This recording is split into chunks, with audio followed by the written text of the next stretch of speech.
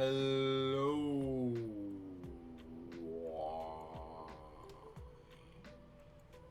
Hi. Happy Monday. What up, what up, what up? Good afternoon. The rare afternoon stream. Mid-afternoon stream hitting different. From your pics and Twitter, it looked like it was a good one. It was. What's up, Dan? Yeah, it was good. Had a went to the city to go see a Jean-Michel Basquiat exhibit with Kate, and then we had lunch in Brooklyn, and had to come home, walk the dog, and now here I am. I thought it would be cool to just like try an afternoon thing also. I don't know if we have a better afternoon crowd or not, but we're gonna try it. Unsure. Anyway, how's everybody's Monday going so far? How we doing?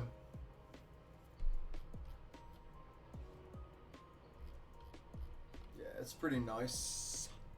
So I'm going through Scryfall to get a sense of this, like, how the set looks on here, and I'm noticing that there's a card missing that Dan, you got the translation for today, and I'm very eager to say why it's good, or that it is a good card, and it's not actually in the Scryfall database.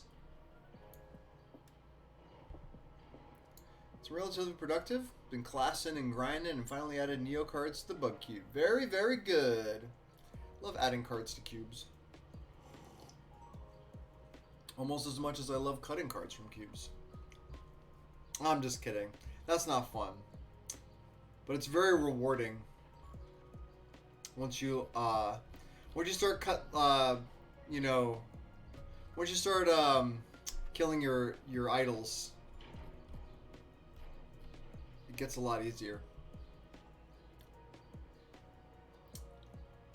Gonna get my write-up done and get it into CUBECON. Yeah, man. Dude, I still haven't finished my article. I have like almost 2,000 words, and it's not done. But it's okay.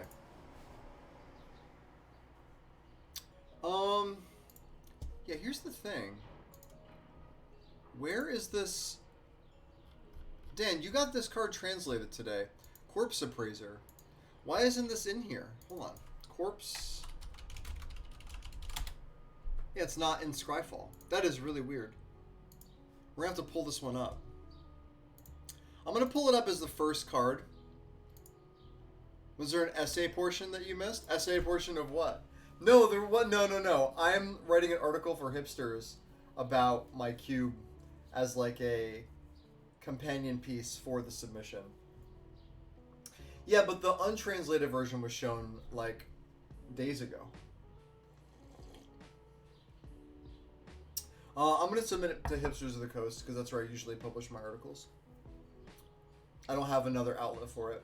And I don't want to have like a blog of articles. I want to get paid for them. I also want to give a good write-up for my decisions on cars and such. Yeah, I mean, you can just, like in the overview. They don't, unless they have an English official scan. Okay. Well, that's good to know. I guess I'm going to pull this up first. I'm just going to pull the card over here so we can read it together, because it'd be a good intro into the set, because we had this card untranslated, and it looked okay, but not cubable, and now that it's translated into English, it looks really good. Yeah, it's a legal addictive stimulant. Yes. You just mentioned want to do a write-up. I mean, you should do. I mean, you have a write-up for Cube Cobra, which I think is what Wombat is going to do. So I'm assuming, like, I'm probably not going to write a thing for Cube Cobra. But maybe I'll just post a link to the Art of the Hipsters article.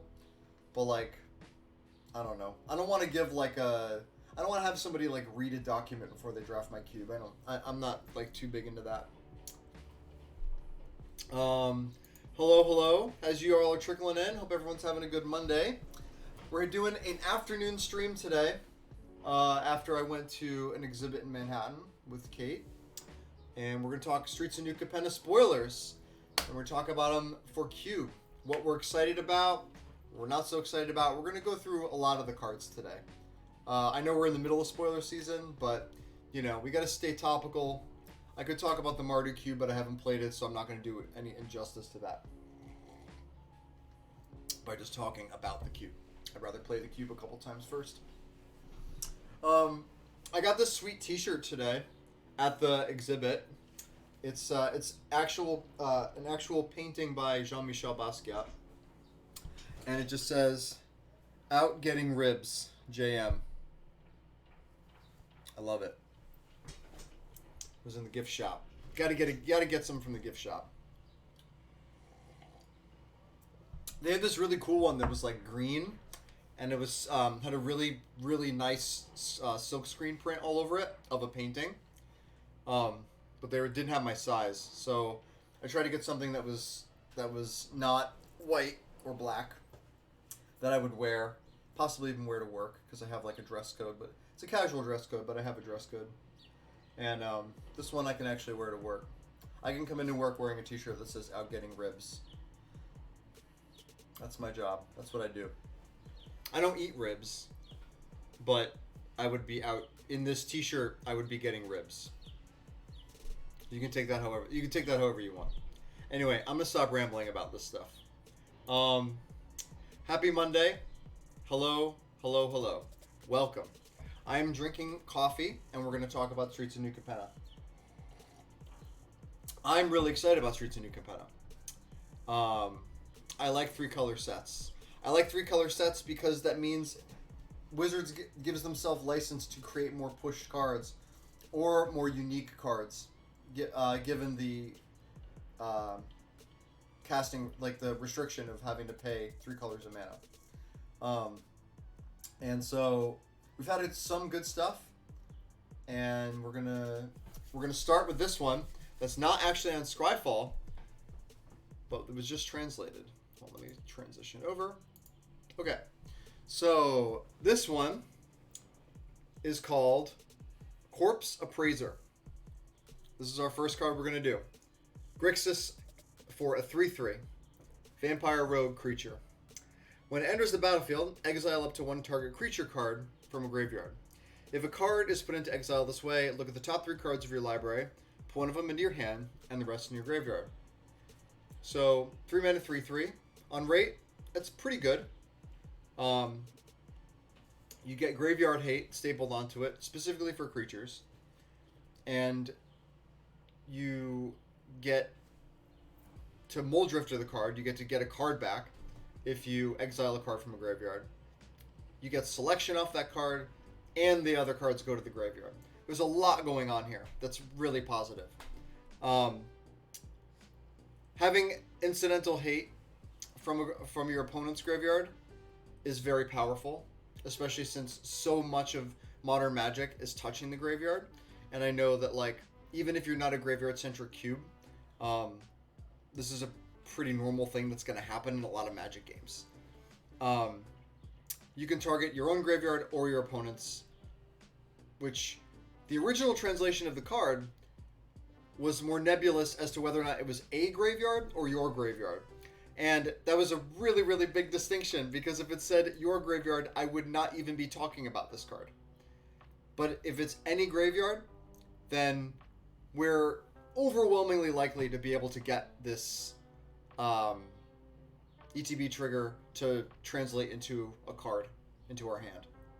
On top of that, so being able to target ourselves and our opponents, great. That means you're going to have this thing go off. Getting selection on that card, what is this? This casts strategic planning, right? Which is 1 in a blue, sorcery, look at the top 3, put 1 in your hand, put the rest in your graveyard. Yeah, so it casts strategic planning. I'm pretty sure. I'm gonna look it up just to make sure I don't have anything wrong here.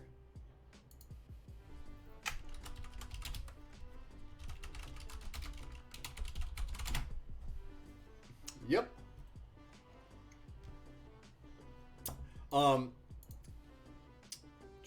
Where is it? Where are you? Oh yeah, I just have it on my desktop. Strategic planning is really powerful of an effect.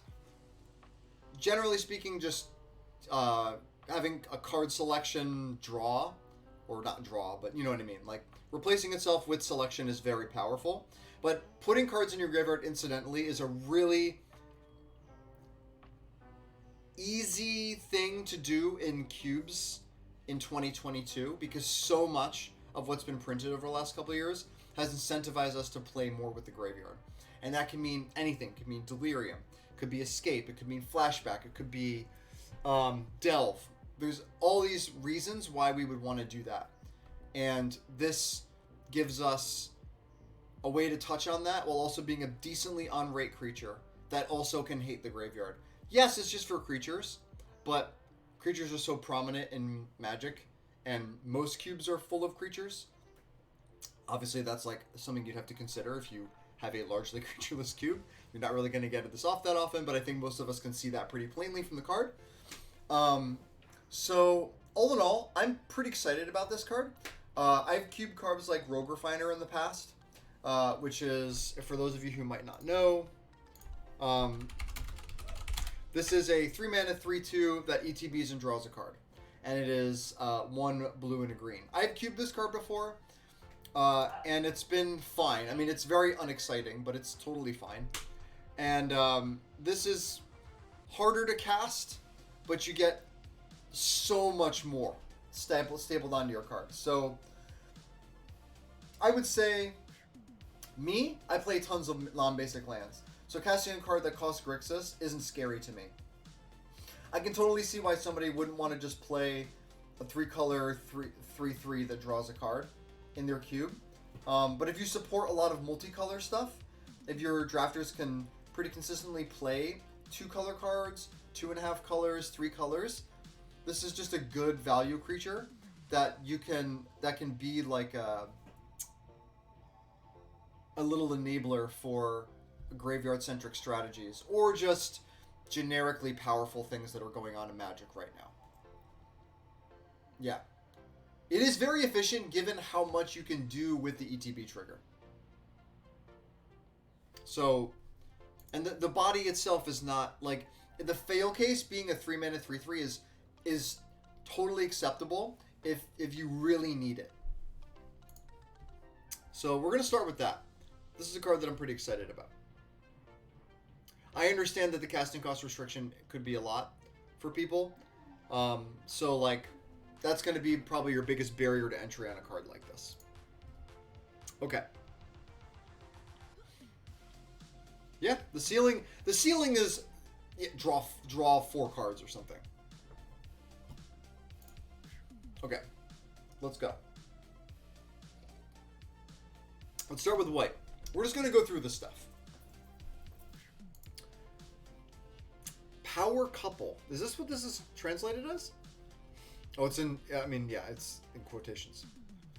5-mana 3/5. Uncommon. Human Warrior.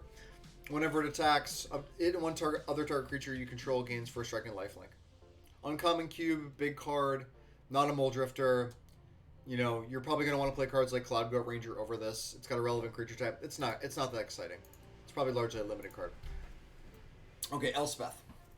Elspeth Resplendent. We have a Mythic Planeswalker that has a pretty high bar to follow up the Wandering Emperor, which the more I play with this card, the more impressed I am. Well, I'm talking about the Wandering Emperor, of course, but I'm kind of not like blown away by Wandering Emperor, but I'm really impressed by the card.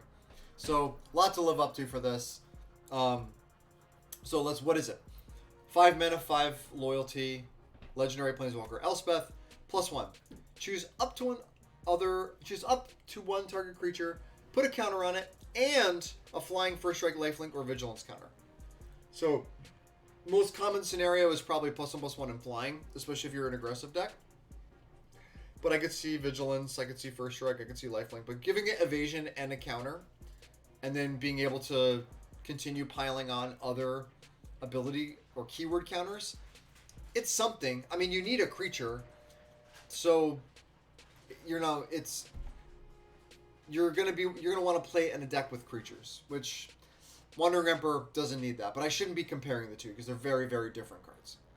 I think Wandering Emperor might be the best White Walker. Yes. All right, -3. Look at the top 7 cards of your library. You may put a permanent card with mana value 3 or less from among them onto the battlefield with a shield counter on it.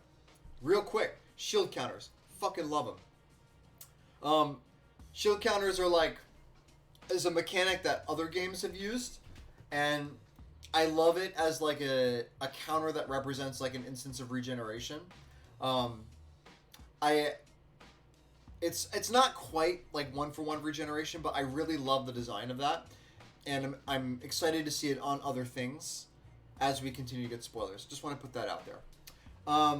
So put a permanent with mana value 3 or less onto the battlefield with a shield counter on it. Put the rest on the bottom of your library in a random order. That's a pretty powerful effect. You get to look at top 7. Mana value 3 or less. Yeah, it's not any permanent, but you're going to want to be playing a lot of 3 mana value permanents in your deck. Then it can also get a land or an enchantment or artifact. It's not always a creature. Is great. You can also get other planeswalkers with this and give them shield counters, which is pretty weird and kind of sweet.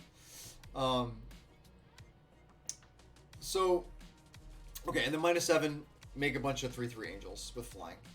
Make 5. I think this card is cool. I think it, for me, costs a mana too much. Yeah. If this was 4, I think it'd be awesome.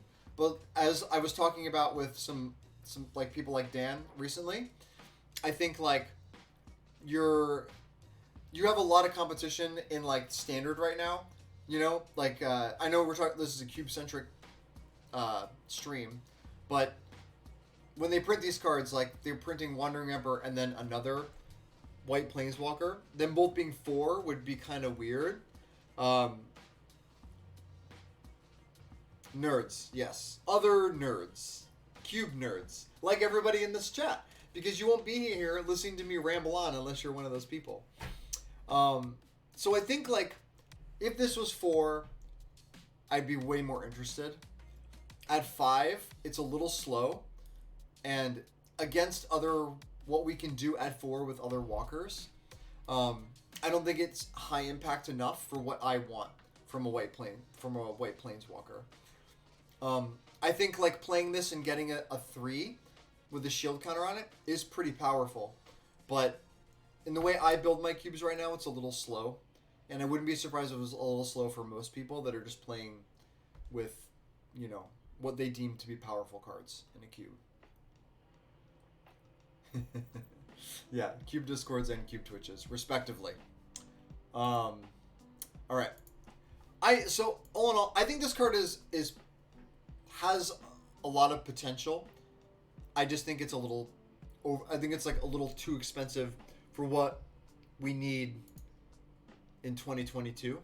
That being said, if you have a really heavy planeswalker mid-rangey thing metagame, this could just be another addition to that.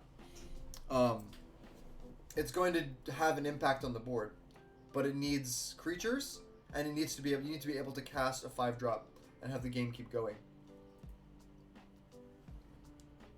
So I'm not crazy about it, but I like what it is. I kind of like the abilities. I love this -3. Halo Fountain. Halo. Oh yeah. What does this card do again? 3-mana artifact. White tap. Untap a tapped creature you control to make a 1/1. White tap. Untap 2 tapped creatures you control. Draw a card. 5 white pips. Tap. Untap 15 tapped creatures you control. You win the game. If y'all want to wax poetic about why you might want to play this card, please go ahead. It's basically Totem Armor, yeah. But it's not exactly, because it says an instance of damage. So they could bonk it with like a, for instance, like a spike field hazard or a shock, and it would remove the shield counter. It is just an instance of damage or an instance of destroy. Yeah, I'm not interested in Halo Fountain and Cube. But I think like that's I'm okay, like I'm okay being a little dismissive of this because I don't really see this, I don't know where this is happening. Even in like, as an example, like the Live the Dream Cube, I don't think that they would want something like this in there. I could be wrong, but it just doesn't seem to quite get there for me on like a being able to build a deck that can support this. Maybe this feels like an EDH card to me. Find another way to beat up first strikers, yeah. Mage's Attendant. 2 and a white. Uncommon Cat Rogue and a 3/2. When there's a battlefield, make a 1/1 blue wizard token, creature token with 1. Sacrifice this creature, counter target non-creature spell unless its controller pays 1. I mean, this rate is pretty damn good. As for an uncommon. 3 mana for a 3/2 and a 1/1 that can, like, cast Stubborn Denial, kind of, like half of Stubborn Denial. I don't know, I think this card is cute. Like, I don't think it's, like, super powerful or anything. This could be... It is a weird card. I think it's pretty cool. Like, I don't have a problem with playing this as, like, a blink target or in just a common, uncommon cube. Rogue and Wizard for you party lovers. Hey! We need more party stuff in cube. Catgirl is sweet. How do you think it's XF versus Blade Splicer? I think Blade Splicer's a little bit better. I think, but just a little bit, though. Having a 3/3 first strike is pretty damn good. And it's an artifact. Like, I think the force spike thing, being given that you can't do it on turn 3. Maybe I'm undervaluing it, but I think I like Blade Splicer just a little bit more. Just because, like, you're blinking it and the payoff is you just get another 1/1. Whereas with Blade Splicer, you're blinking it and you're getting a 3/3 first striker. Yeah, it's better to blink. But I think this card is pretty cool. I like it. It's a little value creature. Mysterious Limousine. Can we just say that this card has one of the best top-down? It's like follows up Thalia pretty well. Yeah. I mean, it does. You can't activate it until turn 4, but I don't know if that's like too big of an idea. Too big of a deal. And like it's nice that the cat is a 3/2 up front, so you get like your beat stick. You get to beat down with the cat, whereas with Blade Splicer you get to beat down with the other thing, and the 1/1 just kind of sits there. Yeah, I love how top down this set is. I'm pretty sure this was just straight up a top down set. Another big sad of the War on Colorless would have loved this one. The War on Colorless. The War on the Devoid Cube. Don't worry, you'll get your revenge soon. We have literally 2 Dominaria sets coming out later this year. I think you're gonna be just fine. I think you're gonna have like a really good year for your cube, Dan. I'm sorry, there's 2 Dans in chat, Isticle and Funchalot. Okay, Mysterious Limousine. 5 mana, 4/4. Artifact Vehicle, Crew 2. Crew 2's good. Any more, it would be just way too hard to get this thing going. Yes, Arrival Dan has entered the chat. Whenever this ETBs or attacks, exile up to 1 target creature until this limousine leaves the battlefield. So it goes into the limousine. And then if a creature is put into exile this way, kick out the other creature in the fucking limousine, which is hilarious. Hey, Finite. So this card, like, can do a lot of things at, like, not the most efficient rate, but it, like, does a lot of things. It can eat your opponent's creature to attack, and then which is, like, a way you can use it. You can also use it to reset or blink your own creatures. You can, like, have them jump in and out of the limousine. and like reset the white creature, like your creatures with this thing, with this white vehicle. I think this card is like a little slow, but it like does something pretty cool. And I think like at 5 mana, a 4/4 is like not great. Like your opponent, if they have any kind of board, you're gonna be like, it's like a little easy to kill for 5 mana. But I think it's really funny, and I think it's really cool, and like I get excited thinking about playing this card. But maybe I'll satisfy that in retail, like in limited. So again, I think it's a little expensive, so I'm hesitant. I'm not going to be cubing it, but I think it's a really cool card. I think its best use case is just to like blink your own stuff. I don't think like it's because the issue with being really aggressive with it is you can like eat one creature, but then like attacking with it the next turn, you're gonna have to spit out the first creature that you ate. So you don't get to like keep eating blockers, which I think is, you know, a shame. But you can't throw them all in the limousine. The limousine's not that big. So it just seems more like a value card to me. And I also just don't. I'm worried about attacking with a 4/4 on like turn 6. Generally speaking. Okay, what is this card? Employee orientation video. That cannot be. That can't be the name of this card. Okay, it's in quotations. Aura. Enchant creature. Gets +1/+1. It's going to have a lot of tokens encounters. Yeah, I mean, obviously, well, like, Funchalot and I talk about this all the time, which is like, one of the easiest knobs to turn on cards is just to make them more or less expensive. So, like, yeah, obviously, if the card was 4 mana, it would be better. You may cast this card from your graveyard by spending 3 instead of its mana cost. Oh, I like this card. It's kind of like your 5th Sentinel's Eyes in that deck in Bogles in Historic. This is probably going to go in my Chaos Cube. Yeah, I mean, I'm not like big on auras generally unless you have a really low power cube, so that it can be recast is good, but like you have like Griff's Boon and Rancor, and you have like Sentinel's Eyes. You have other recastable auras that are at a better rate than this that do very similar things. We should fire another one soon. If you guys want to do it on Thursday, we can do it on Thursday. Thursday afternoon or evening. I'm actually off on Thursday this week. So let me know. I have to make some more adjustments to the cube, but okay, Rumor Gatherer. We're gonna do this, and then I'm gonna get a drink of water because I've been yelling and screaming. Yeah.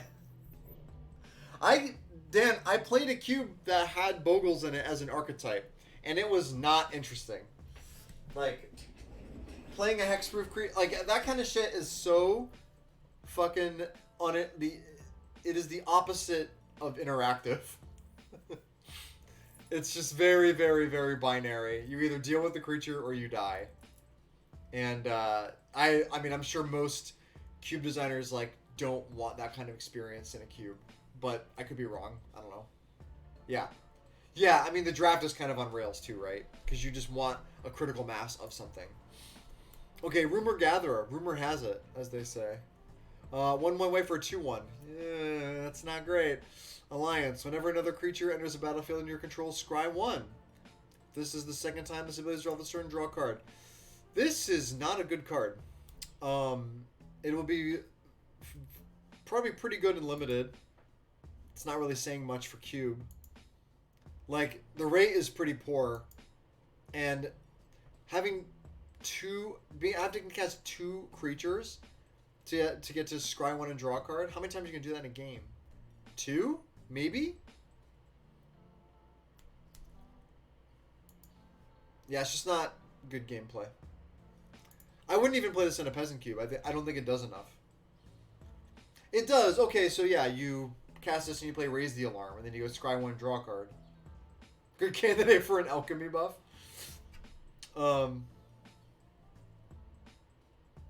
Multi-token cards do get cantrip. Yeah, if it's on the weaker side. Like, because you can't play Mentor of the Meek or the 2/3 flyer that they made recently or Bygone Bishop. You have to play a card like this. So I guess if you're rarity restricted, if that's your restriction, then this gives you a way to play a token deck. 2/1 is not great. No, but you're playing it so that you can draw cards off of making tokens. And not, like, off of just snowballing a bunch of, like, creatures. Yeah, Procession, Midnight Haunting, Raise the Alarm, all that shit. I can see it. Alright, I'm gonna get a drink of water. And then we're gonna move on to blue. Daddy!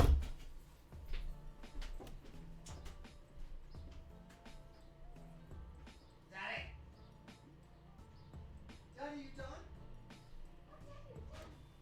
Daddy, you done?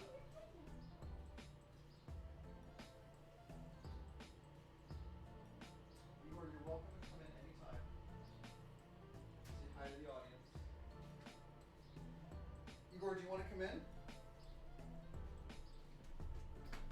Igor, do you want to come in and say hi to everybody? You want to go say hi? Come here.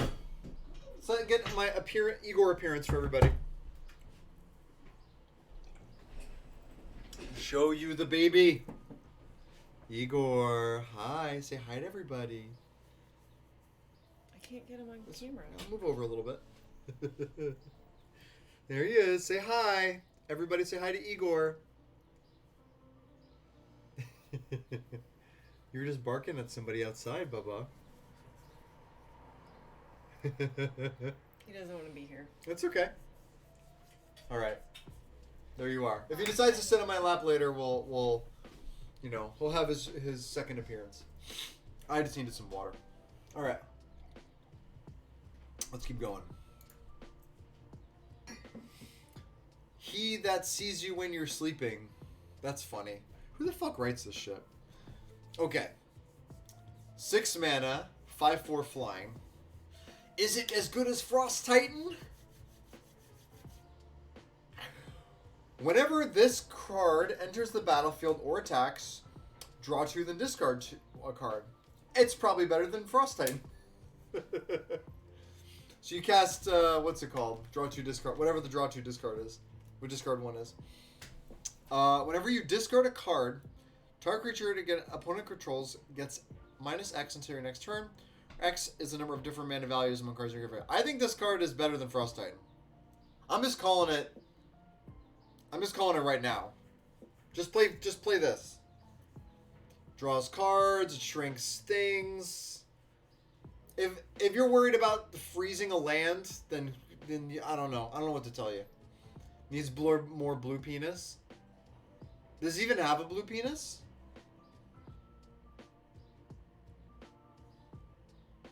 Catalog, thank you. 3 mana, sorcery, draw 2, or instant, draw 2, discard 1. Yeah, I mean, I'm not playing this card because I don't need 6 mana cards. But, like, I don't know. Like, this card, like, it's probably better than Consecrated Sphinx too, yeah. Yeah, but, like, if people, okay, but, like, Dan, people play Sphinx and Frost Titan in their cubes still, like, if you still want to play 6 mana blue creatures, this card's good. For that, it, like, doesn't have protection like Frost Titan, but, like, it's a flyer, and it draws cards, and it shrinks your opponent's creatures. That's good. And remember, the discard a card clause is whenever you discard a card. So you can do this multiple times a turn if that ever comes up. I'm just saying this card is, like, a fine place to put 6 mana. Cut your losses. Don't play this card. Unless what? You have like a mill deck in your cube.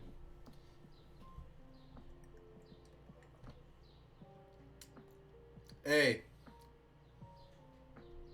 Oh yeah, this card is like unbeatable and limited, yeah. But that's whatever. We're not here to talk about whether or not a card's limited. Do you see Cannister's tweet about cut your losses? Yeah, because he thought it was mill your deck. I think he was trolling though. In mill deck and cube, I've seen people like try to support mill. I don't think I hate mill personally. It's one of those things that I just like really don't. It like really gets me. I don't know what it is. It like triggers something in me when you mill my shit. Fuck you. It's like it's this very visceral reaction. I have no defense of it either. It's completely irrational. But it's just whatever. But like, so whenever people are like, oh yeah, I have this like crab deck, I'm like, fuck your crab deck. And that's it. That's all I got on that one. Mill is a good constructed deck. Hey everyone, listening in at work. Hope you're doing well. Hi Zoe. Thanks for listening in. Drench, I feel like self-mill is the way to go if you want to do it in cube. Yeah, of course. Absolutely. I think self-mill is fine. Opponent mill creates unhappy folks. I mean, yeah. It's not like nobody... It's like fucking Bogles. Like, people don't want to play mill in a 40-card format. It just sucks. I mean, I've done it in, like, Modern Horizons or whatever when I have, like, 4 of the fucking mill crabs and I just mill people out. It's just, it's totally emotional. It's completely devoid from, like, objective reality about the game. You just kill them before they mill you out. Which, is basically what the game becomes. I'm okay with dying to brain freeze in one shot. Yeah, sure, but that's like your kill condition. That's fine. Yeah. Yeah, that shit doesn't bother me. Because, like, it's basically tendrils. Okay, this card. What is this card? This is fun. I'm like, I haven't looked at some of these cards. So, like, blue grape shot. Yeah. Can you load, please? Errante. Artista di strada. Scrittura leggendaria. Farabutto umano. Ittese lampo. That's Flash. Difensore rapidita. Defender haste 03 with Flash. And it's a legend. And it's a street artist. It's a graffiti artist. Graffiti artists do not have 0 power. Come on. 1 in a blue, tap. Copy target spell you control that wasn't cast. Okay, because there's copy shit in this cube. In this set. You may choose new targets for that copy. I mean, I'm not playing this in my cube. Anybody speak up now if they think that they can... If there's something for this. I mean...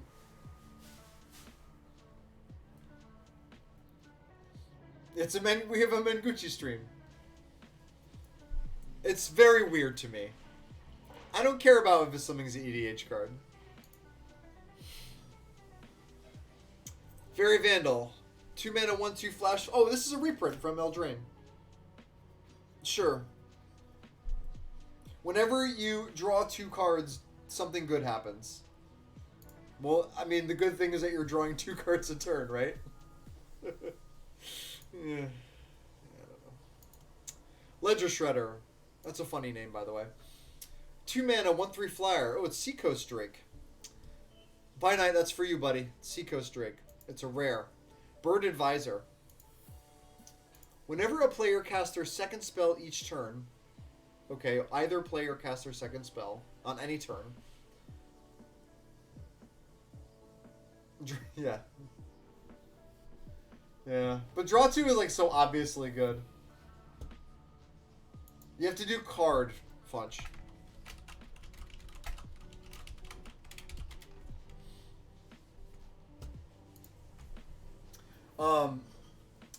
Whenever a player casts their second spell each turn, it connives. Oh. I mean, we've talked about... I think Dan and I have talked about this card. So a 2 mana 1/3 that if you like play this on turn 3 with like a bolt or like a cantrip or whatever, it's a 2/4 flyer because you just get to draw and discard. I mean, this card is pretty good, right? It just requires you to have a density of cheap spells and to just sequence it, and then you get a 2 mana 2/4 flyer that you can then snowball. I mean, this is kind of similar to like the Sprite Dragon. Yeah, but finite. This also happens when your opponents cast 2 spells. Now, granted, you won't always discard non-land cards, but just having the loot is pretty good. And a 1/3 flyer is like okay. It's not great. A 2/4 flyer for 2 is amazing. There's something to this card.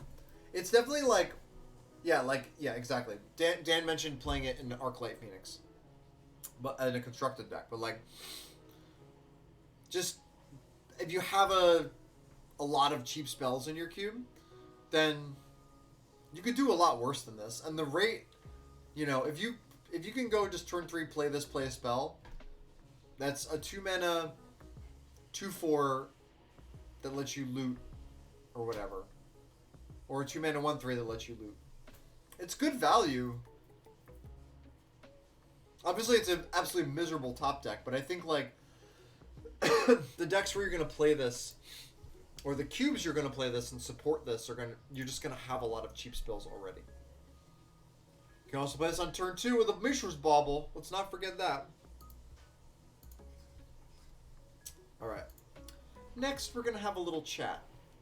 We're gonna sit down and have a little chat. We're gonna talk about Casualty. This is our first Casualty card. Casualty has a number associated with it, so this is Casualty 1. As you cast this spell, you may sack a creature with power 1 or greater. When you do, copy the spell. So this is like gives you value. So like Dan named this pretty well. He calls it like aristocrats spells. What did you call it?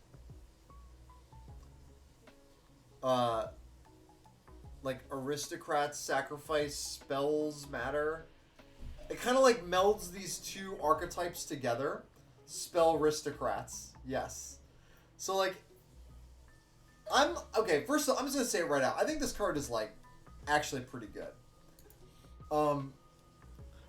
But you do need to make sure that you're playing with a lot of game objects. From last week, tying it in there. Playing with enablers for things like this, so that you can, you know, not have to do the fail case of not being able to kick it.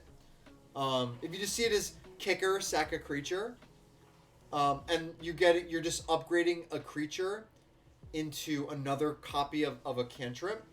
I think that you can find ways to like support that while you're also supporting a sacrifice deck. What I think is like so cool about these cards, or about Casualty cards, is that you can combine spell payoffs with sacrifice payoffs, and it's like right there on the card. It's pretty loud, I think.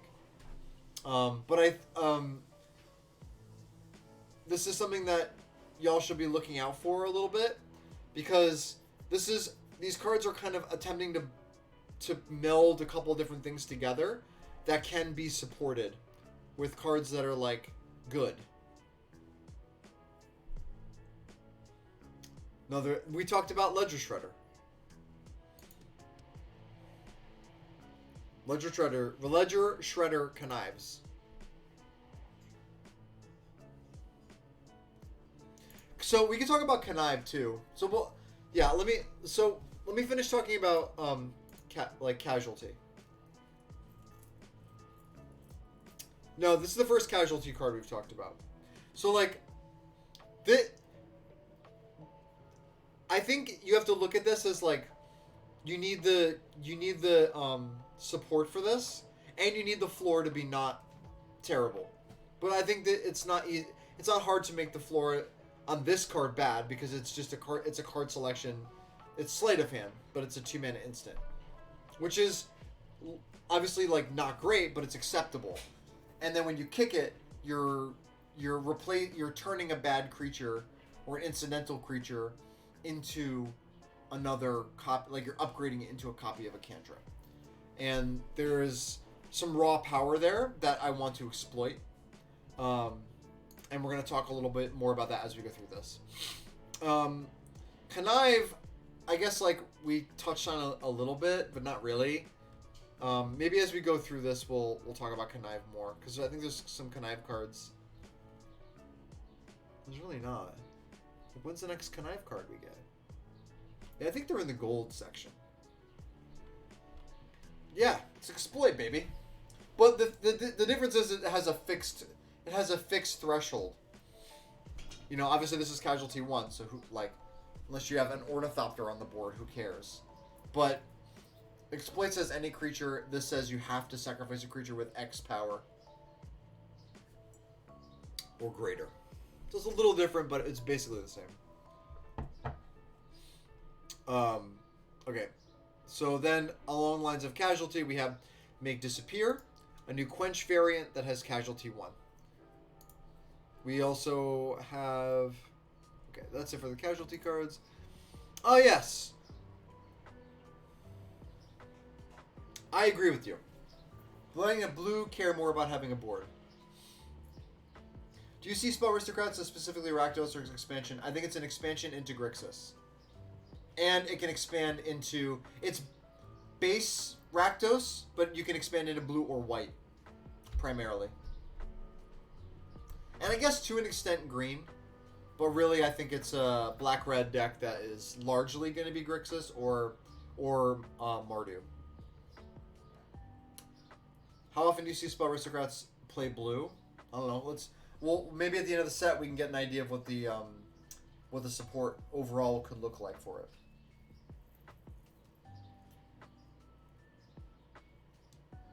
I'm not sacking my Uro. My Uro is attacking for 6. Thank you. Something weird would have to happen for me to do that. Puppet Stitcher. We almost... I was going to test that card, but I did not. Yeah, you could do that. You could sack Uro in response to the sack trigger. It's kind of like what we do with Dress Down to make it stay in play. Yeah. I get it now, okay? Trying to get that max value off your Titan. I think Sedgemoor Witch is great. I've been really happy with it. I think everyone's been really happy with it. It's been testing it. Okay, an offer you can't refuse. I'm gonna make him an offer you can't refuse. This card is not playable in Cube to me. This is a very, very powerful EDH card. Yes, I actually brought up EDH. I'm not saying stop to Dan about it. And this card is cracked in EDH. It's like Swan Song. But better. Or different, I guess slightly different. What's this?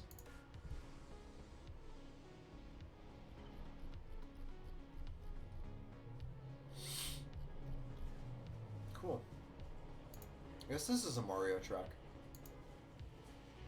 I think offer could work in my 1-mana cube. Yeah, it's a CD. It's like a competitive EDH card for sure. It's super good. In cube, no, I'm not accelerating my opponent 2 mana.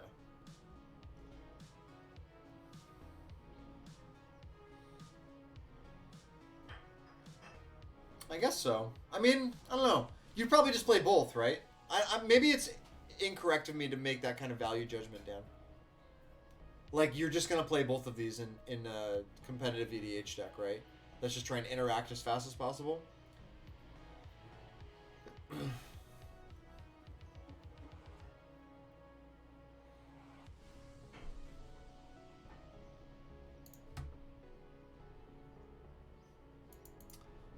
Wiretapping. Oh boy. 5-mana enchantment with Hideaway 5.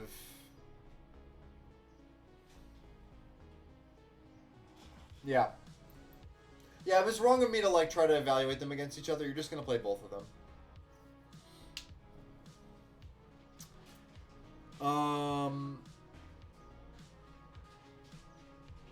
Whenever you draw your first card during each of your draw steps, draw an additional card. Then if you have 9 or more cards in hand, you can... whatever. Goodbye. This is a JM to Tillman Limited.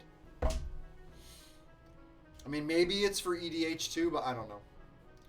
Witness Protection. This card is fucking awesome.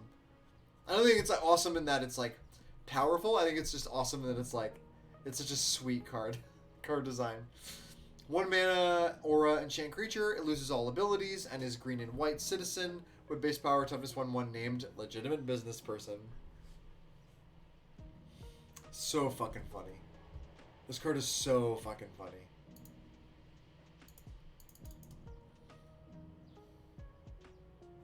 It's so dope, right?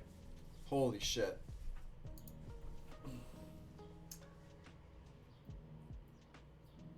All these effects that leave the creature with 1 power make me sad. Why?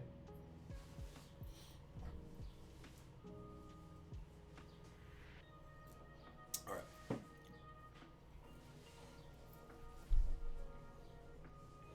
I never like looked at this art. Are they like burning this person's back with gold bars? Or are they like cutting gold bars of profit off of the guy? That's weird.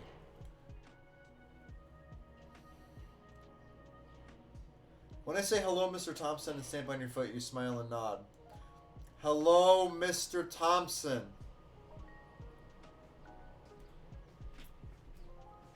Because the 1/1 is always more relevant than people think, and the card are worth because of it. Yeah, yeah, it is. That's true.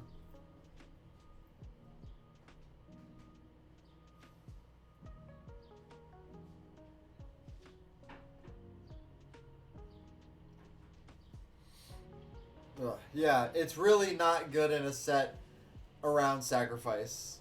I just, like, in a vacuum, the card is really cool. I don't think it's actually going to see much play at all. I just think it's, like, a cube card. Color the Prophets. X black sorcery with casualty 3. This card requires so much mana, so much, like, you're gonna sacrifice a 3 power creature. Like, if I cast this for, like, to draw 3, and I sack a 3 power creature, I'm gonna lose 6 life and draw 6 cards. Like, that's a lot of cards, but, like, I'm gonna take away my board presence to draw 6 cards. I don't know. I don't like this. I don't like this one.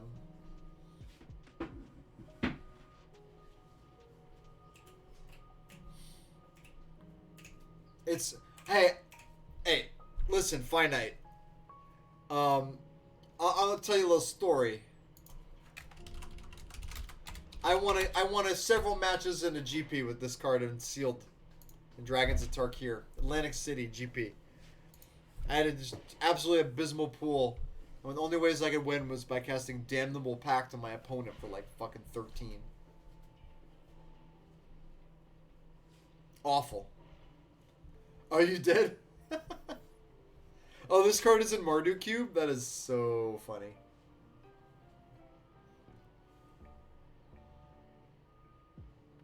Can you stack the triggers and stuff like Shark Typhoon? You mean like the copy trigger?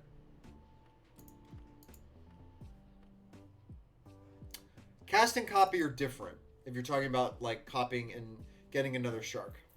If that is what you're asking, which I'm not sure. These fucking names on Scryfall are driving me crazy. Dracula's Postal Service malfunction. Okay. 2 and a black, instant, casualty 1. So sack 1, copy this. Mill 2, return a creature card from your graveyard to your hand. That's fine. Like, what's funny about this is, like, you could cast this, sack a creature, copy it, and then you can draw the creature out of your graveyard. So you can, like, move the creature into the graveyard and then back into your hand if you wanted to. I don't know. I think this card's gonna see a lot of play in the limited. Like, it's like a fine soul salvage variant. You need board pieces, but like if your cube like wants to play cards like that, then this is a pretty cool version of that. Graveyard Shift. Okay, let's talk about this mechanic, the non-keyworded mechanic. This, if there are 5 or more different mana values among cards in your graveyard, This card has kicker. This mechanic is bad to me. Like, I think this is just not... I don't think this is well balanced at all. Like, I think it is. I really do. Like, you're gonna have... You have Threshold, which is easily trackable, and, like, just cares about cards in graveyard, which you can play around with, you can exploit it, you can let it go naturally. But it's like, there's a threshold point that you can very easily grok. 7 cards. Okay? And then Delirium is another throwback for this, which is a lot harder to track. It's 4 different card types, but it's only 4. And you could design, or you can build your deck such that it's not difficult to get 4 different card types in the graveyard. And then it's like, it's less different things to track. This is more things that are more difficult to get the threshold of, and harder to track overall. Like, let's just take it like what Dan and I, just Funch and I were talking about this the other day. Like, I think it was yesterday. Like, you have lands, and then what? Limited decks over like 2, 3, 4, maybe 5, maybe 6. How often are you even getting 5 different mana values in your graveyard in a limited deck? Honestly. And like, why am I putting a 5-drop or a 6-drop or even a 4-drop in my graveyard if all it's doing is turning on this? Giving this card flash? Like, this card, that's basically flavor text to me. I don't care about this. And some of the other stuff I've seen, it's like the kicker effect is good, but like, it's also going to happen at a stage in the game where the kicker isn't relevant anymore. I haven't seen like a way to, like, first of all, I haven't seen a way to turbo out this thing, and second of all, why are you burning through cards in your library just to get a very small difference in your card? Yeah. Cycling. Yeah, that would be like a thing, right? It just doesn't seem right to me. I don't know how they arrived at this. I guess we're going to play it and we're going to find out together. For those of us who are going to play the limited format, but I haven't seen like a card that makes me, like, the blue-black uncommon makes me want to get this, to kick it, but like in my cube, for instance, I can't imagine ever getting to the threshold of this.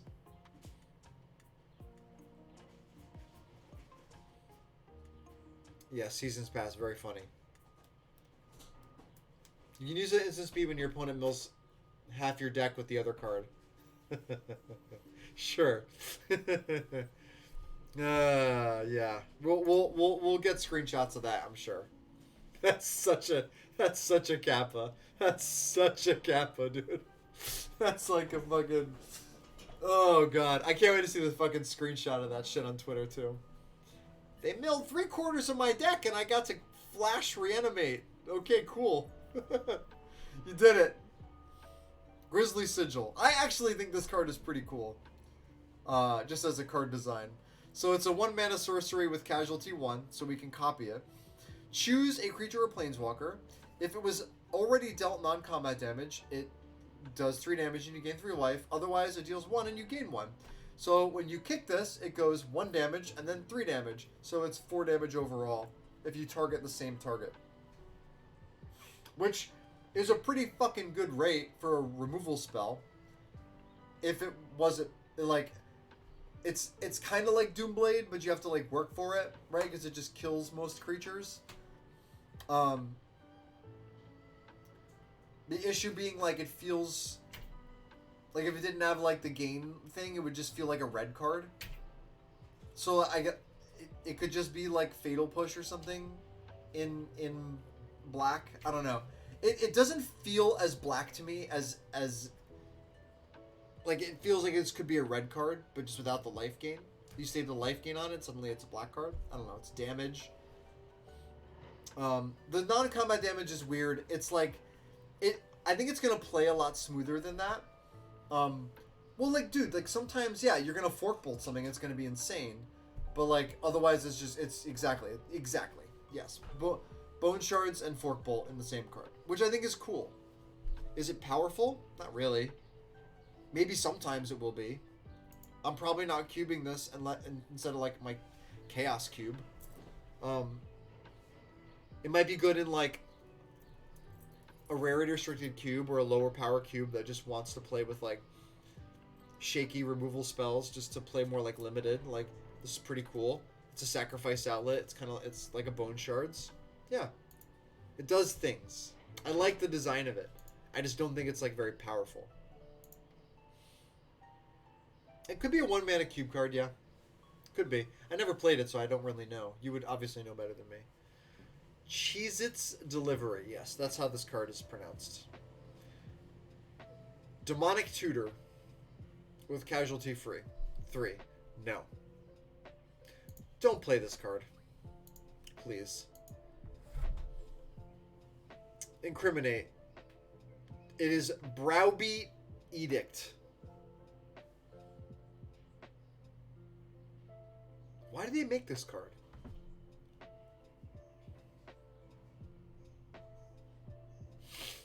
I don't like cards like this. You just never get the result that you want.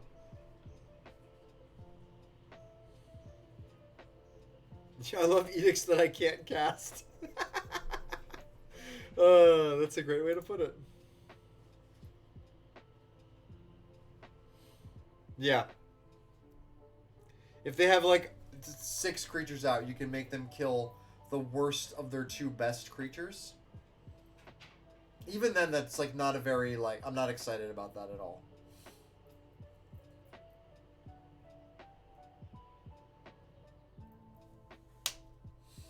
Join the Maestros. 5 mana for a sorcery, casualty 2. Make a 4/3. If you sack another 2-power creature, you basically upgrade it into a 4/3. It's a black token card that's like just not. It's just this card's not great. I'm gonna definitely play this in limited, but I'm not gonna play anywhere else. I don't even think this is good enough for like a chaos card. I mean, you get to upgrade like a 2/2 into a 4/3, so I guess it's not that bad. And you get to cast 2 spells, which is sometimes relevant. Maestro's Initiate. 3 mana, 3/1, exile it, draw 2, discard a card. Sure.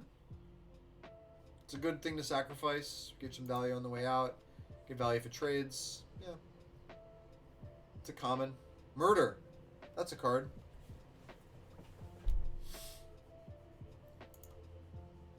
Alright. Oh god, this card. I read this card already. Arcane Bombardment.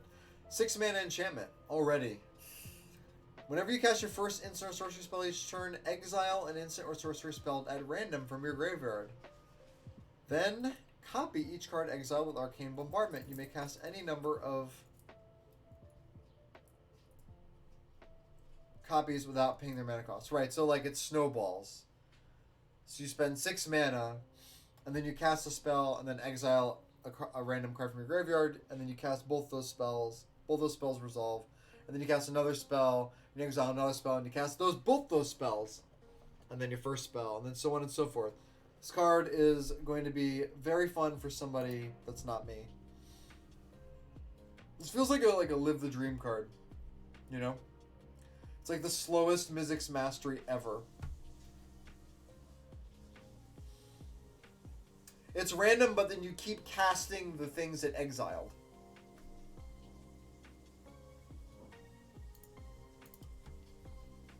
It is the slowest Mizzix Mastery ever.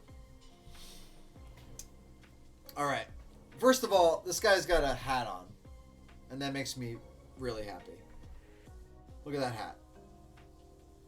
And it just makes me really happy. That's all I want to say. Oh no, I'm not playing this card. But I think this card is not for Cube Designer. I think this is for like EDH cards. It's for like that other format you know, that other format that we talk about sometimes. Devilish Valet. 3 mana, 1/3 trample haste. Woo! Alliance. Whenever another creature enters the battlefield under your control, double its power until end of turn. I mean, it's not a Rabble Master, so it ain't doing anything for me. The fact that you have, like, again, it's another, like, tokeny card, right? You play a Raise the Alarm, like, it becomes a 4/3. That's not even that great. Yes. It's Founder Street Denizen, but it's 3 mana and a rare, and it has trample and haste. 3 mana. Slam this motherfucker.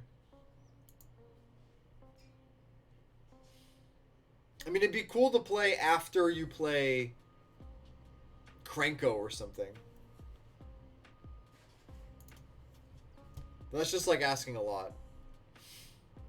Alright. Now we get to talk about Blitz.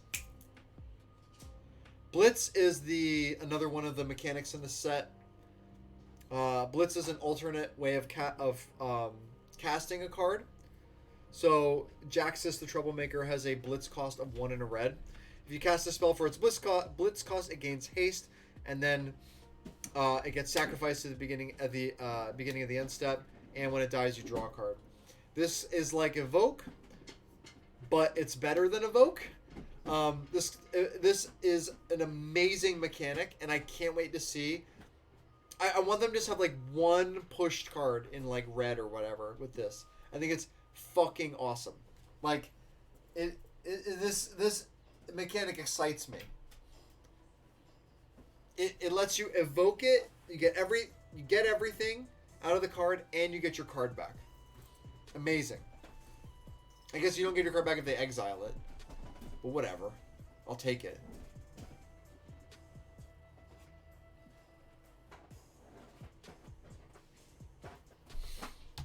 I don't think the card is like something I'm interested in playing in Cube, but the mechanic is something I really want spoiled. By the way, if we get spoiled anything during the stream, will somebody please let me know? Because any new spoilers, hot and spicy, we need them.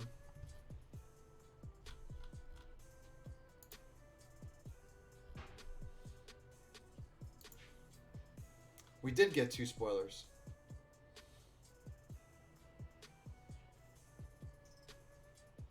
Should we do the new spoilers? Let's just go straight to new spoilers.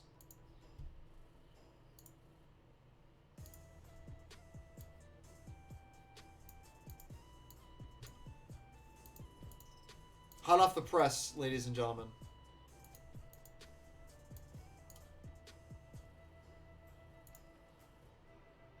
Oh, I gotta do... Okay, fine, whatever. Okay. Unleash the Inferno. 1 Jund for an instant. It deals 7 damage to a creature or planeswalker for 4 mana. When it deals excess damage this way, destroy an artifact or enchantment an opponent controls with a mana value less than or equal to that amount of excess damage. So you spend 4 mana, instant speed, you get to basically Doomblade something, either a planeswalker or a creature. And then if you deal excess damage, you can target an artifact or enchantment they control that has an equal or lesser mana value to the excess damage and also destroy that. This card is pretty sweet. I think this card's pretty cool. Like, you're basically like, yeah, like you can cast this in a way that gets you the 2-for-1, or you can just kill something for 4 mana. Like, yeah, it's 3 colors and 4 mana, but like, I don't know. It's probably too slow. Like, it's probably just too much. But if I can consistently get 2 cards off of this, I don't know. It's pretty interesting to me. It deals a fucking nutload of damage for 4 mana.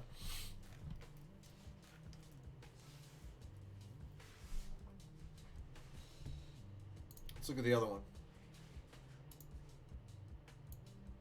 Nope. That's not what I wanted to do.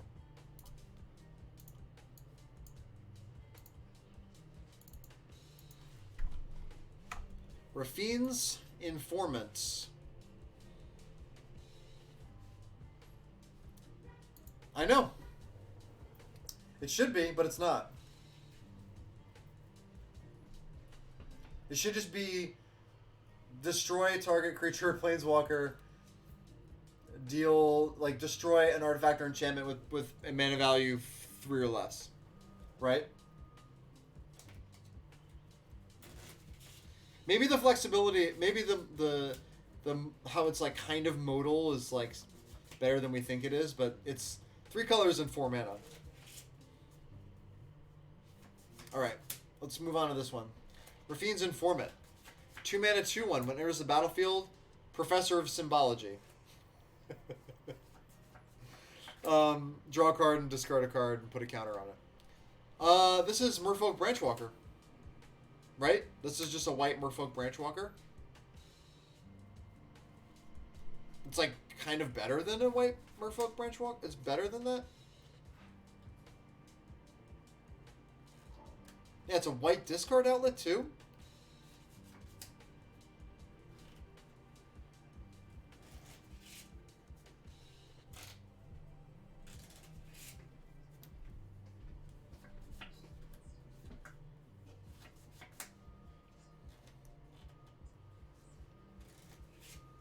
I think this card's pretty powerful. This is a common too. Think about like how finite. Think about how we had in Midnight Hunt. We had the Spirit one that was like a 1/2. You draw and discard a Spirit, it becomes a 2/3, and that was a strong common. This is better than that.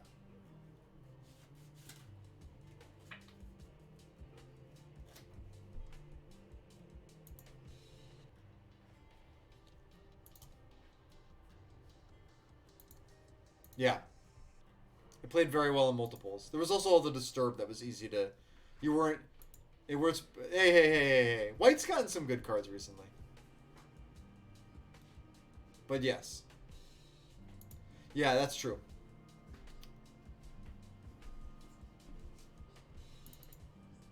I know. I never played with that card. I didn't play with that card until later in the format. I think it's pretty cool as a common. I'm gonna be excited to play this. If there's like a good value discard you can make in 2 and sequence into 3 in limited, this could get a little annoying, but whatever. Yeah. The Spirit card, yeah. Yeah, maybe the Spirit card's a little bit better. I don't know, we'll see. It depends upon the sort of like how the cards line up. I think it's a really good. I think that card's pretty sweet in any common and common cube. Like if you have any kind of like value reanimator stuff going on and low power stuff, maybe even not low power. I mean, it's a 2 mana creature that is a discard outlet. It's pretty powerful. Like high up, the upside is really real from like a reanimate to just any incidental things.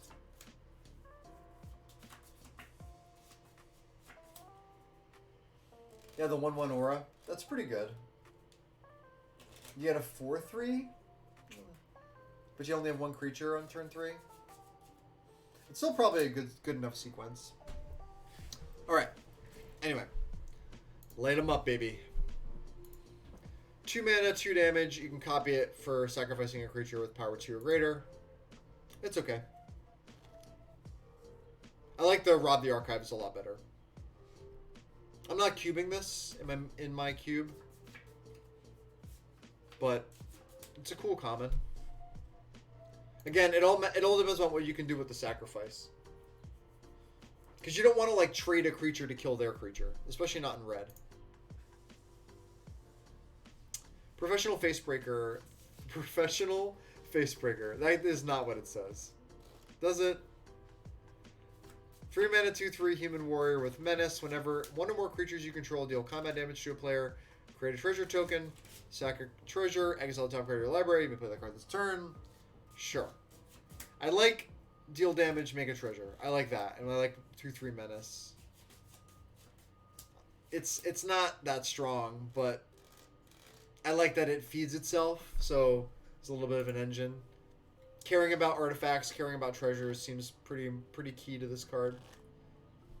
I like breaking faces.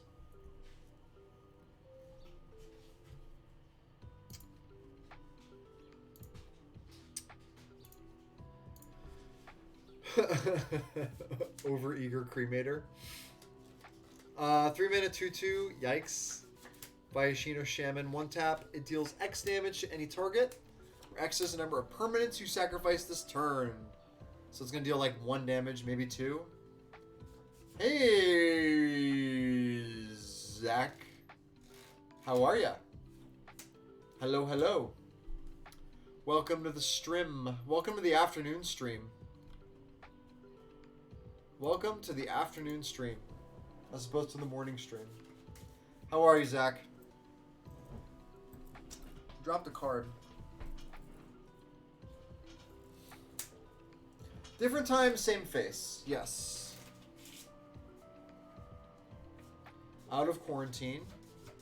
You got sick? I didn't know you had... Did you have COVID? No, I don't care for this card. Let's move on from this. Let's talk about this crazy ass fucking card.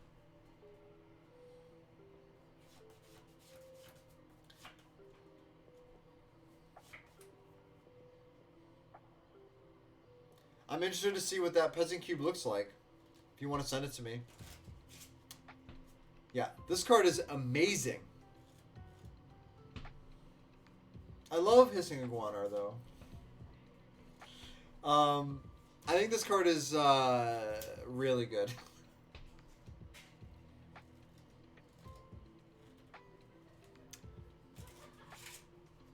But like, it's it's not light up the stage because you can't like wait until your next turn. But it's a 2-mana draw 2 in red that has kicker. It is worse than the Vow 1R Impulse draw 2. Well, Reckless Impulse is extremely good. I think that card. I think Reckless Impulse is yeah, let's pull it up.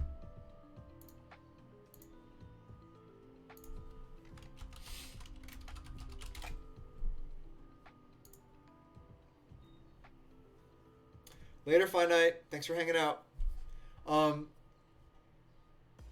The end of your next turn thing is obviously really strong.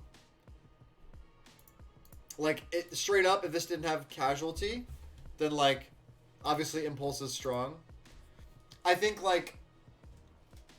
you're gonna be hard-pressed to find a reason to, like, I think you're, more often than not, I'm happy to sacrifice a small creature to, like, look at 2 additional cards. Even if I'm only able to play 2 of them, you know? I'm happy with that.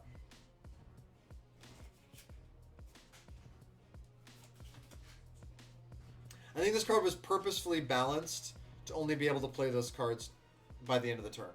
Because if it was 2 mana, draw 4 cards, and play them to your next turn, it would be this card would be pretty wild. I'm probably going to just have them both in my cube and see how it goes. And light up the stage as my red draw. I'm really excited about this.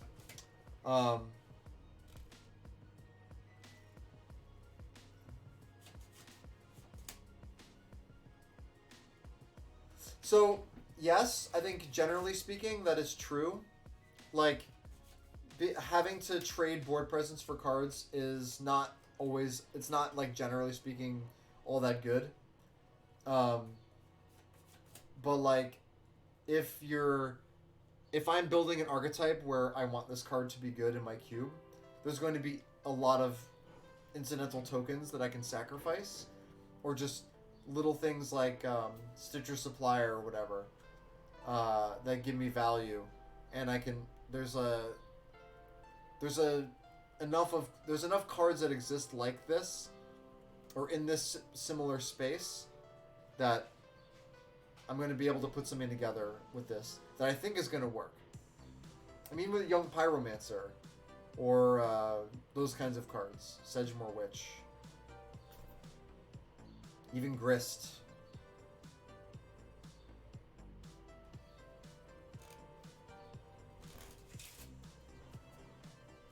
The balance, there's a lot of 1/1s floating around the format. There's like a ton of 1/1 citizens. Yeah, for limited, yes. We're talking about Cube here, though, primarily.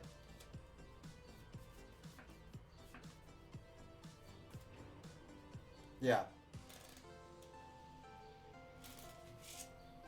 I think in limited, this card is worse.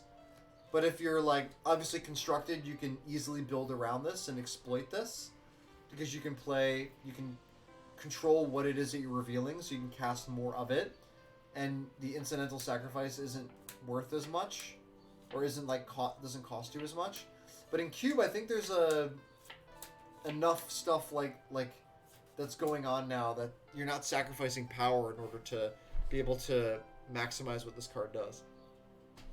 Yeah, it's not all going to be 1s, 2s, and 3s.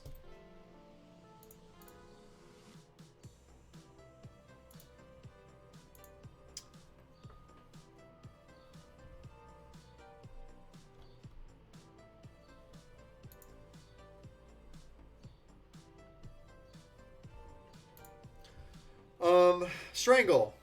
This card's easily going in. Most people that have a cube here that want to play cheap removal, this card's going to go in.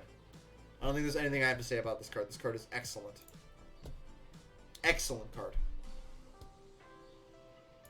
Unlucky Witness. Multi-format All-Star. Yes. Unlucky Witness. This card is also very, very good. In the same vein as the draw spell. Unlucky Witness, when it dies, it's a 1-mana 1/1. When it dies, exile the top 2 cards of your library. You can play one of those cards until your next end step. So you can play cards like Village Rites, Deadly Dispute. You can play any of these kind of like value sacrifice cards, and you get additional value off of having Unlucky Witness. I think this card is really good too. And the timing thing is a little bit more forgiving. So you can do this on your opponent's end step or whatever. I don't know. I'm pretty excited to try these cards. These casualty, impulse draw kind of stuff. I think we're getting to a point where we might be able to put something together in Cube that has a competitive power level. Urabrask. Ugh. 5-mana 4/4 haste. At the beginning of your upkeep, exile the top card of your library. You may play it this turn. So you draw an additional card, but it's exile. At the beginning of each opponent's upkeep, the next time they would draw a card, instead they exile the top card of their library. They may play it this turn. So you force them to play their card or lose it. So that's good against counter spells. And it's good if they're choked on lands, maybe.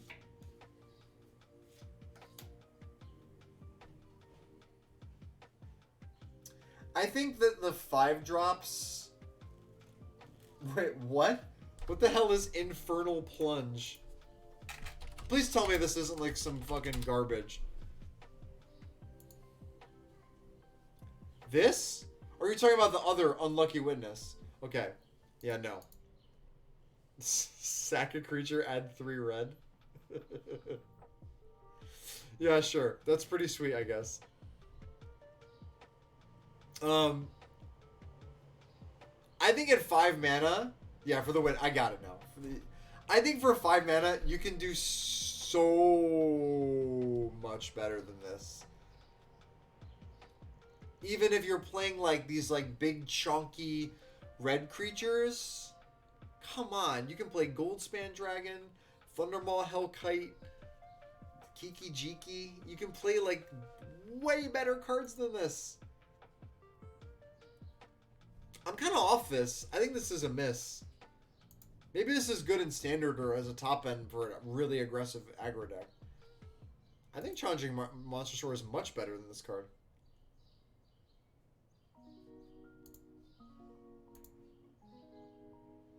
Yeah, like just any of those like dragons. Alright, I need another drink of water. I've been screaming and yelling at you guys. And I thank you for putting up with me. Thank you for putting up with me. Alright, we're gonna get a little drink of water. We're gonna go into green. We're gonna talk about one of the best cards in the entire set, Evolving Door. I'll be right back.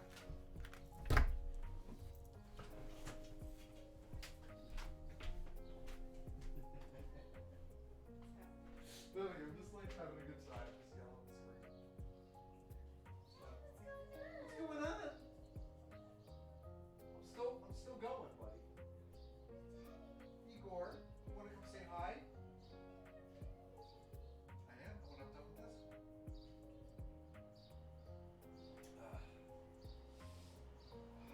you have your chocolate already? Just had it. So it's like, you have my chocolate. It's like I have to Come on, Bob. 4 or 5. You do. Alright. I asked. What do you mean it's Scorching Hot Take? It's the best card in the set. Might be the best card in printed in 2022. I don't know. I'm gonna have to read it again just to make sure I understand it right, though.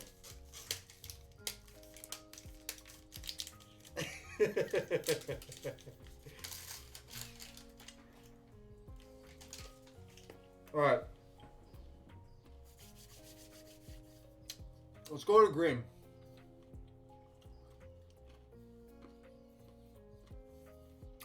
Sorry, I'm having chocolate right now. How's the music right now? Okay. Pretty chill. I really wish I didn't have to listen to this music. But I don't want to get GMCA'd.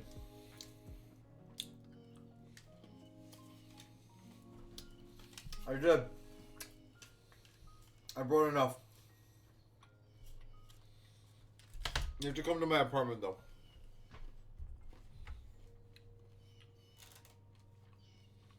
You GM me with... I'll give you my address. I'm not going to do that, actually. Alright. My throat's so dry.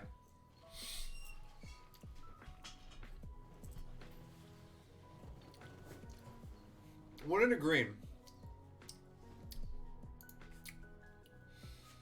Artifact Treasure. Wow. Powerful. This is a battlefield. Create a 1/1 green and white citizen. Sacrifice the briefcase, add a mana of any color. You play it. You get a 1/1, and you could sack it to add a make a mana. Wooburg. Draw 3 cards.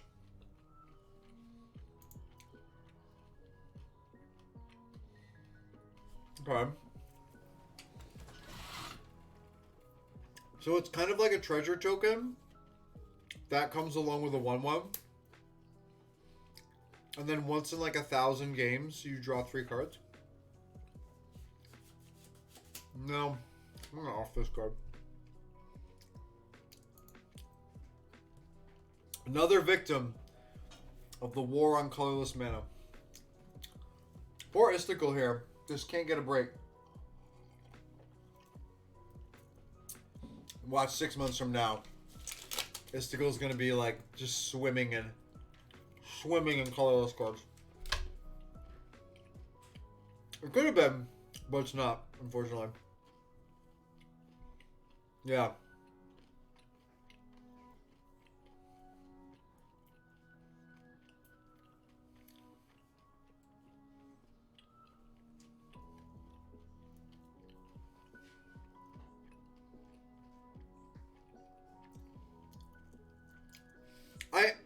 understand what you're saying, Dan. I think this card's gonna play out that you sacrifice it before you you draw 3 most of the time. Especially if you're playing 5 colors. You're probably gonna end up needing the mana first.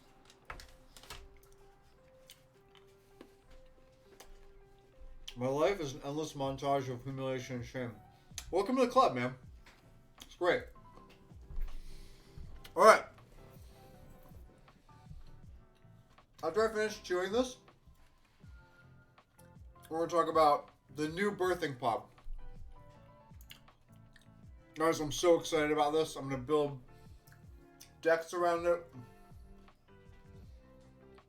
It's so easy. It's so good. Let's reread it.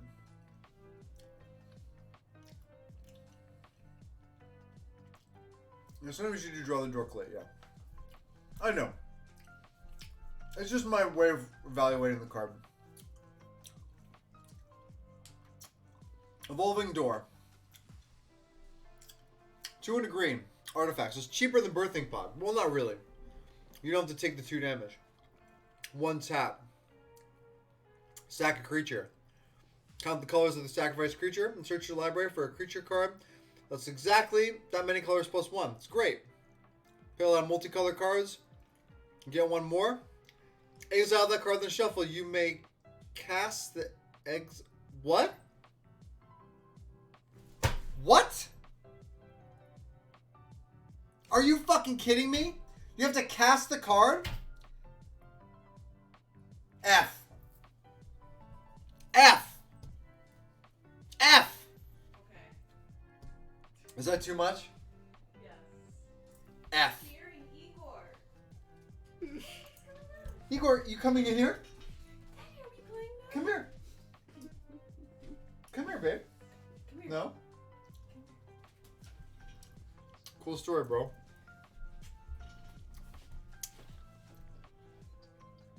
Igor?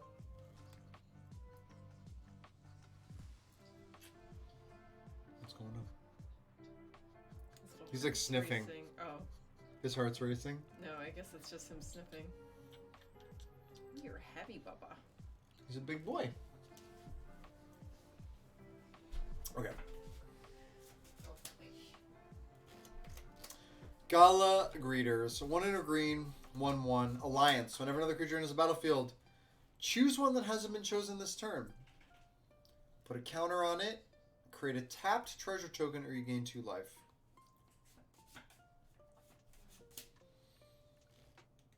Whenever another creature enters the battlefield this turn. So you play this on turn 2, right? Let's zoom in on it. Everybody can see. Play this on turn 2. Then next turn you play, let's just say you play a 3-drop. Then what? You get a 2/2. Gain 2 life, make a tapped treasure token. So deliberately made this tapped treasure so that you can't really go infinite or snowball the advantage. This card is like very medium because you're not gonna like be able to trigger Alliance every turn, right?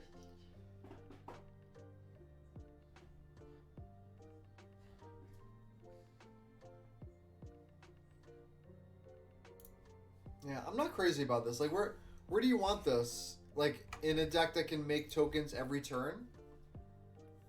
In a deck that can play, like, cast Collected Company? Like, I don't know.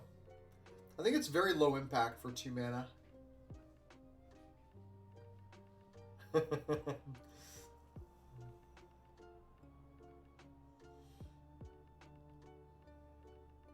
I guess the upside with this one is you get to actually make, like, a big creature.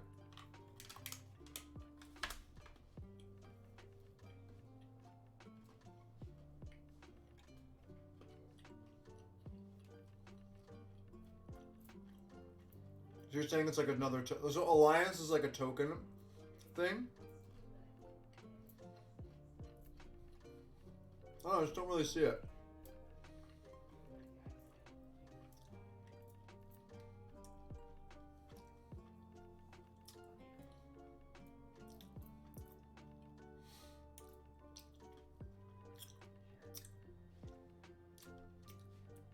And it's not like you can choose the same one more than once.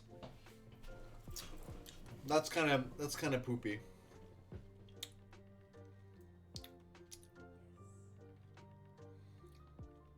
I think it's like it does things, but it's kind of slow. Maybe I'm like completely off on this. But just the Alliance just seems like a little... Triggering one thing off of Alliance each turn seems a little underwhelming for me. Like, I can't put 2+1/+1 counters on this on turn 3. I have to go make a token, get a counter. I have to go 2 life, make a token. I have to do one of each. I don't know. I think it's coming up a little short for me overall, but you know, if you told me you had a low power cube that had a token archetype or something and you wanted this, it's okay.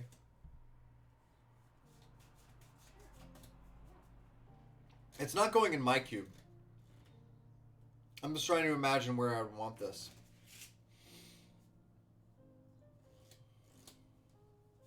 Definitely seems overbalanced to me.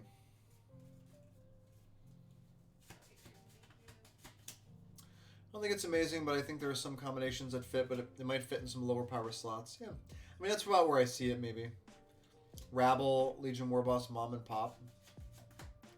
Sure.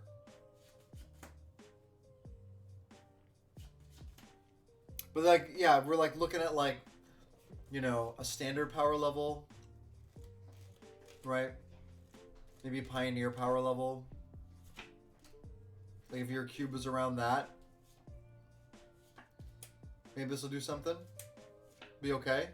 Because it costs 2 mana. So it's a low investment.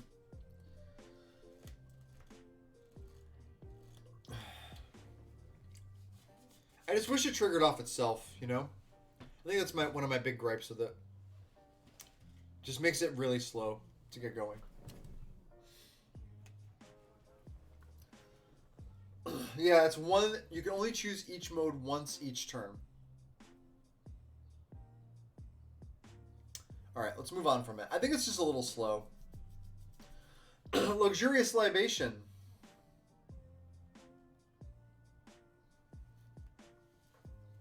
No, but I don't like it for standard either. X and a green. Instant. Target creature gets +X/+X until end of turn. Make a 1/1 token. Okay. You got it. Ah, a Planeswalker. Vivian on the Hunt. Okay. 6 mana is a lot of mana. 4, only 4.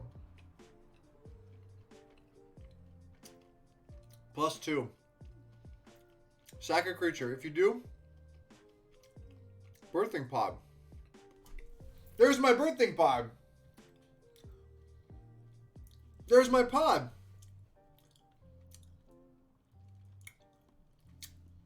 Six mana though is a lot. That's too much for that. It only has it's 2 pluses. Mill +1. Mill 5 cards, and put any number of creature cards milled this way into your hand. I mean, that's pretty damn good if you have, you know, if your deck's like half creatures or mostly creatures or almost half creatures. You can also get incidental mill value off of your other stuff. Again, the graveyard is a tremendous resource that I think everybody should be using more of. -1, make a 4/4. So that's all you're doing with this card. This is like a 5 mana, a 6 mana Garruk Wild Speaker that just like shits out 4/4s, which like isn't terrible, but like 6 mana, that's a lot of fucking mana. You really got to be doing something more powerful than this. I don't know. Like the mill draw creatures is like kind of interesting, and then like the make a 4/4 is about where that's where the power is in the card. Like, just, like, making things, you know? I think I'd rather just play fucking... What's that card? Rampaging Baloths. At least you get a 6/6.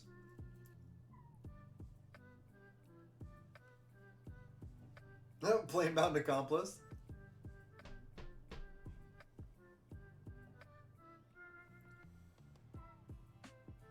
I think Plainbound Accomplice... yeah, it combos in Constructed with this card because you play it and then you can go up a chain, right?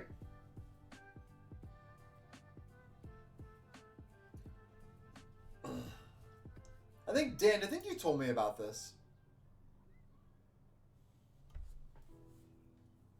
Also, like, yeah, people are just trying to speculate on. People are trying to speculate on everything right now because of Pioneer. I think it's largely unplayable just based off the casting cost. Yeah.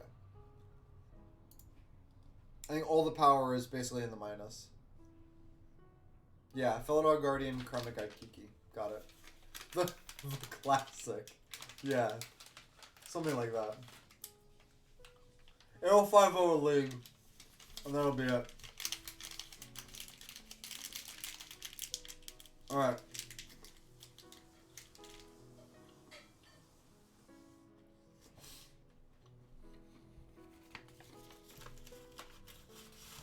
So, I want to get a little disclaimer before we go into the gold cards. I said this in the beginning, but my cube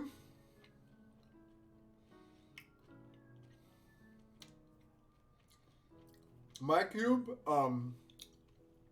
play tons of lands.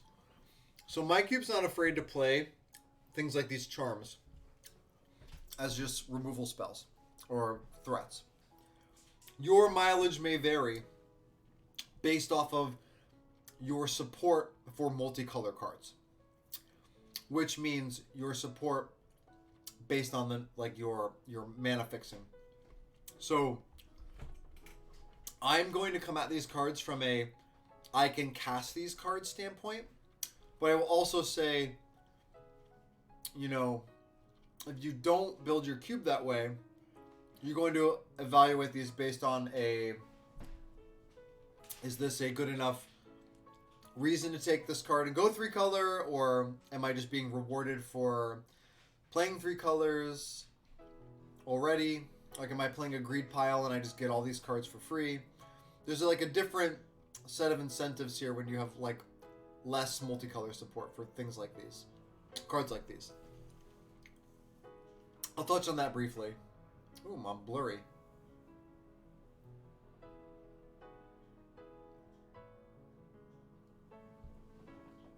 There we go. That was weird. So, but we're going to talk about these cards as though we can cast them.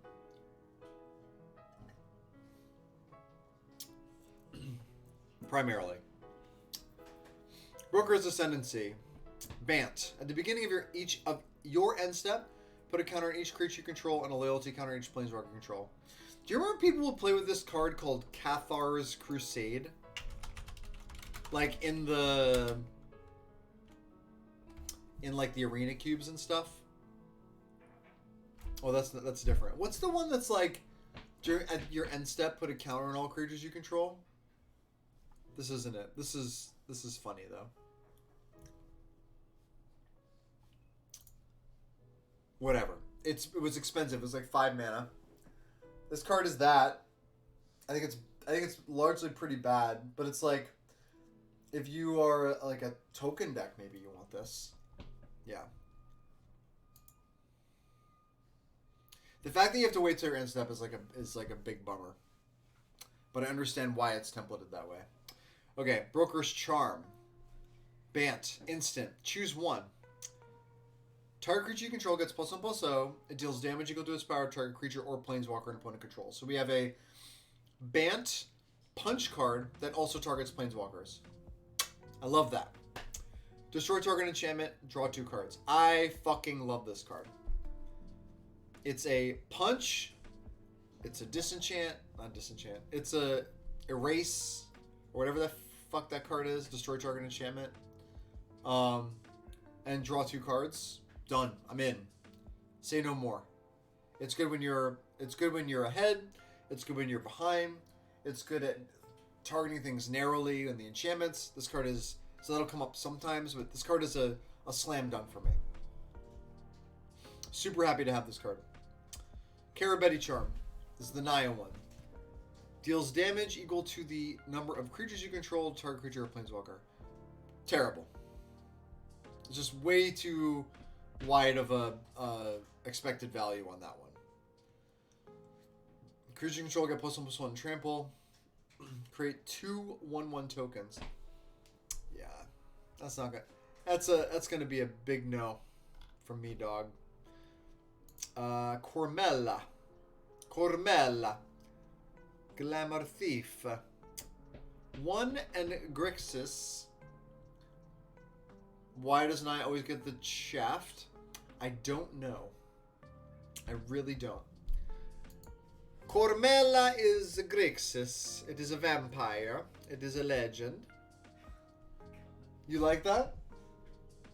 There's like an Italian streamer named Andrea Mangucci that I can semi-accurately do, but I won't do it on stream right now. Nice one, Dan. I still pay for Fiery Justice after all these years, all the way since Ice Age. Cormella Glamour Thief is a 2/4 haste, and then has 1 tap, add Grixis, spend this mana, only cast instant or sorcery spells. When it dies, return up to 1 instant or sorcery card from graveyard in your hand. It just feels like an EDH legend to me. It feels like a Live the Dream card to me. Like, obviously, if you cast this on turn 5, you get 3 of your mana back, but you only spend it on instant and sorcery spells. And you get something back when it dies. I think it's overcosted for my cube. If your cube is going really big, like a Live the Dream style cube, I know I bring that up a lot. Like, I'm bringing that up a lot today. It seems kind of tailor-made for that kind of experience. Ooh, the spooky music is playing. Disciplined Duelist. 2/1 double strike. Hello. Oh. Hi, babe. Want this? Okay. Can I get you? Come up. Come here. Come here. Oh. Good boy. Good boy. Okay. 2/1 double strike for Bant ETB with a shield counter on it. So it's 2/1 double strike with a protection shield. No, we can do so much. We can do so much better in Bant now.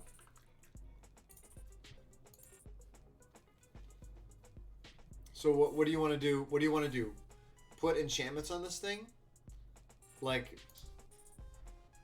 double strike plus shield is like a good combination for combat, but like that's about it.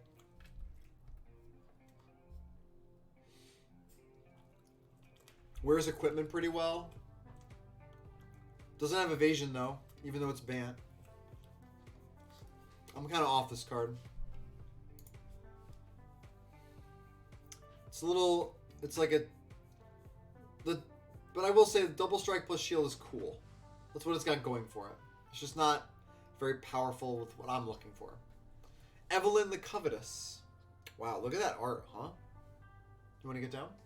Want to go see mommy? I'm gonna shut the door. Okay. TV's going on. There you go, babe. Go on, go see mommy. Come. Let's go. Yes. Go on. Let's go. Go. Let's go, Igor. Come on. Let's go. Come on. Touch. All right. You don't want to be in there, but then you don't want to. So this is a weird mana cost, right? 2 Dimir hybrid, black Rakdos hybrid. So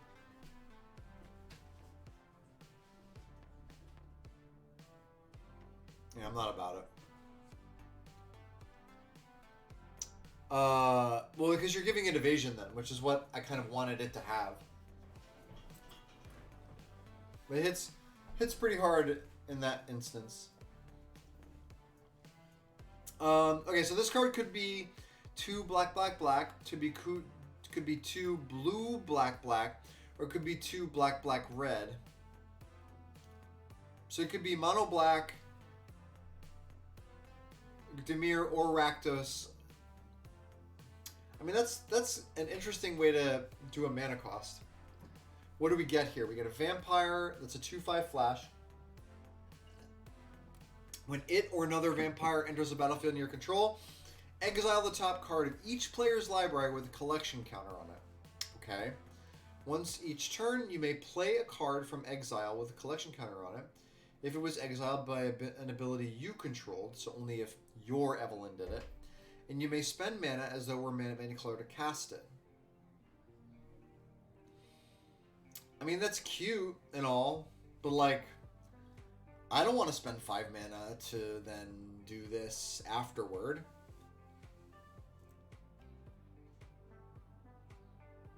It reads like an EDH commander, yeah. First of all, that's out of casting in Strixhaven. That is, well, like this. I thought it was like,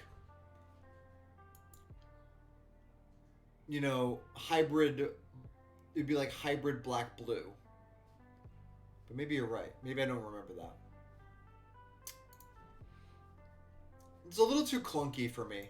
Like, it does something like Sabotori or whatever, but like eh. All right. Oh, but this is different though. This is just straight up all hybrids.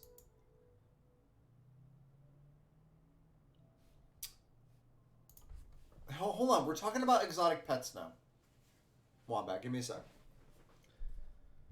Alright, blue, white, 1, instant. Make 2 1/1 blue fish creature tokens with this creature can't be blocked. Then for each kind of counter among creatures you control, put a counter of that kind on either one of those tokens.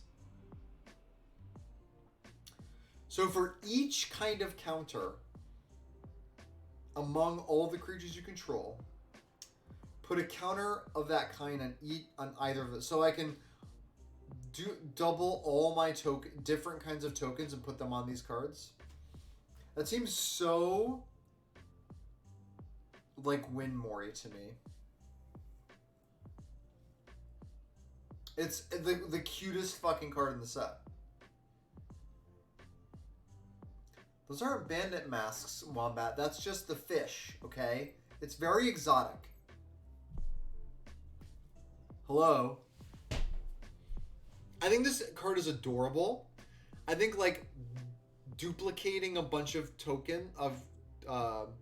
keyword counters and a +1/+1 counter and distributing among these two, having to be unblockable, is cool. I just think it's a limited card. Could be a really annoying limited card, too. Alright. It does, doesn't it? The composition is unusual. It is a little unusual, yeah. It looks zoomed in to me.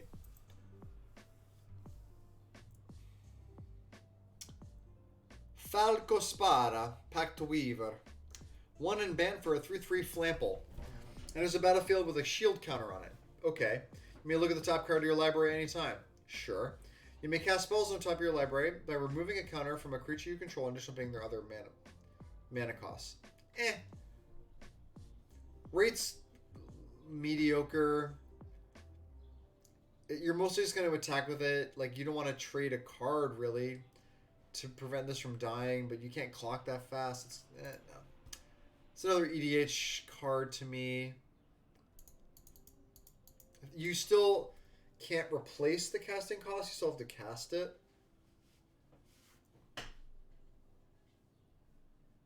Yeah. Agreed. Reality Chip is much better.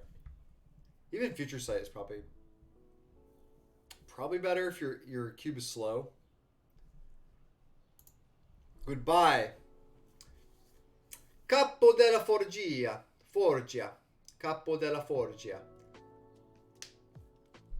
Suspiciously buff Mortician. 4 mana, 3/4. Human Warrior. Whenever you sacrifice one or more other creatures, deals 2 damage to an opponent. No. Just no.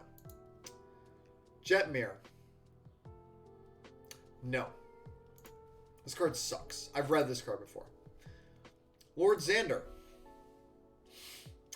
People like this card, I guess. I don't really know what the deal is. Like, obviously, casting this card is not reasonable in any regular game of Magic.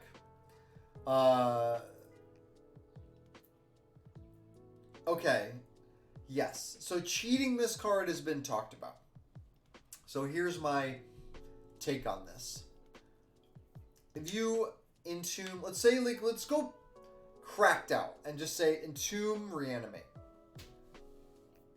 You entomb Xander, reanimate it, and there's a battlefield. They discard like 2 to 3 cards, let's say. Yeah, Goryo's Vengeance is like all modes, right? So maybe that's better. Let's just say entomb Goryo's Vengeance. Okay. So they discarded some cards. They mill 18 cards, 17 cards or something. It does not die though. Let's pull up Goryo's Vengeance.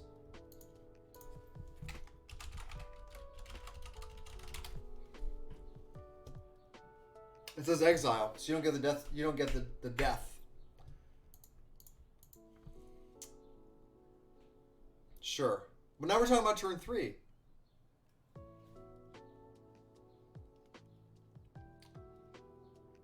Okay, let's just say corpse stance. Okay, sneak attack. Sure, sneak attack. Whatever. Discard a couple cards, mill 15 cards. And then they sacrifice a creature or an artifact or something. I don't think that's worth it. And they deal 6 damage. It's a lot of like things that happen, but you can like literally fucking kill somebody when you sneak attack. No, Archon is the baseline. Like, Archon is what you want to cheat. You don't want to cheat this over Archon. Archon of Cruelty is fucked up. This card is not. This card is like, okay. Like, okay, I discarded some cards, you flipped over a bunch of cards, which is not necessarily a downside, and then you sack a couple things. Non-land, so whatever. Okay, game goes on. I'm down resources, but the game goes on. I don't see it. I think when you can reanimate crazy shit. Yeah. Like, if that's what you're doing, like, fuck this card. At 7 mana, we can, even if you want to play a fair card, just play Hullbreaker Horror.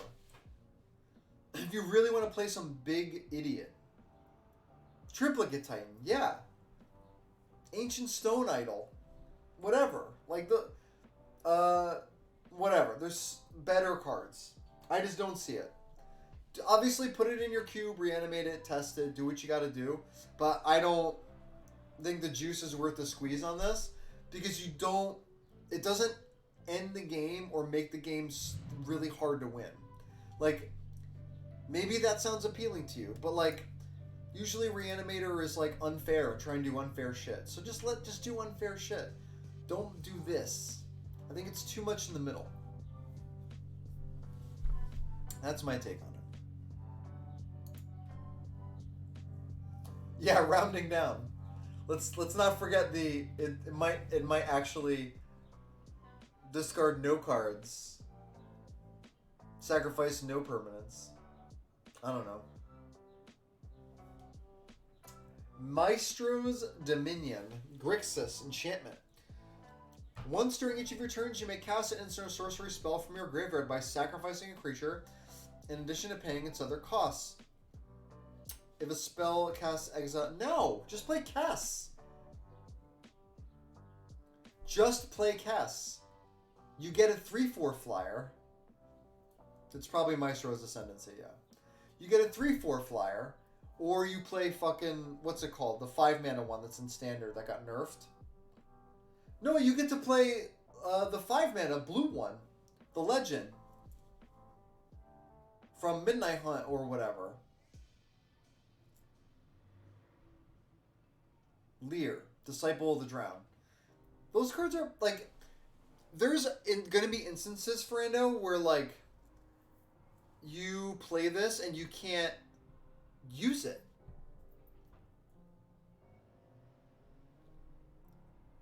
And, like, there's also going to be instances where you don't want to sack a creature, but you want to cast a spell, and you're going to... I don't know. I think, like, the sacrificing thing... I think, like, there are ways to make this card playable, obviously. No, I think, like, in formats. I'm talking about Cube. It's Cube. I think you can do better. Yeah, timing restriction is annoying. Yeah, it's fine. Like, I get that. Yes. Constructed? Yes. 100%. Limited? Yes. Because the format will be designed to exploit this. Possibly. I'm a little cooler on this than you, Dan. The floor on this is fucking terrible.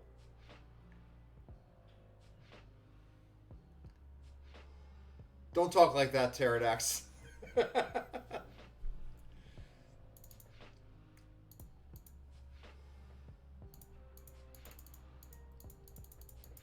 I just want that to be like a creature, or or not have to need additional objects and not have a fail state of it doesn't work. Yeah, Pterodax, that shit's triggering, bro. Anyway, but I think this is going to be a good constructed card.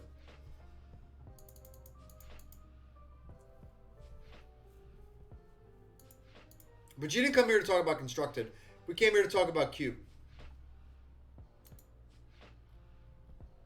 All right. Maestro's Charm. Grixis, instant. Look at the top 5 cards of your library. Put one of them in your hand and put the rest in your graveyard. Sure. It's not bad. A lot of selection. Incidental graveyard synergy.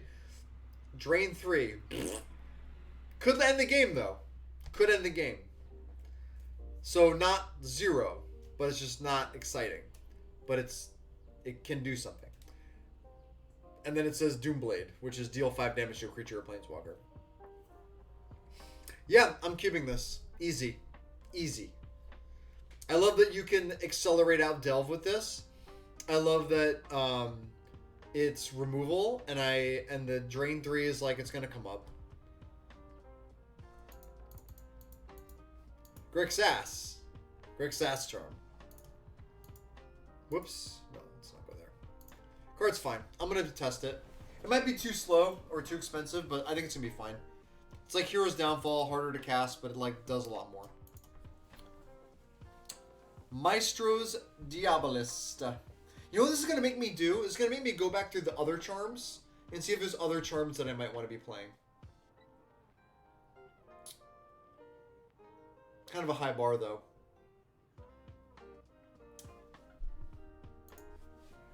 Because, like, one thing that could happen is I could play the charms and be like, they're all too slow. Or they're all too expensive. Or I could be like, oh shit, I should look at other charms to play. And then I'll have more charms. Maestro's Diabolist. This is a Grixis again. We're seeing a lot of Grixis cards. You better see more. I can't wait to see the other colors. I guess we started with Grixis or something.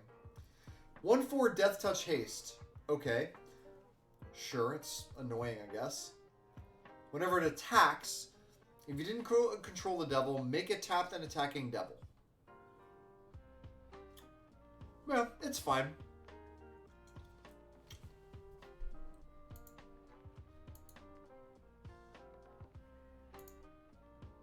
It's like it's kind of like a Rabble Master, right? Grixis, Fair Grixis has inherent weaknesses in constructed. Yeah, because Grixis like has a hard time closing the game. I like these like making Grixis more proactive cards.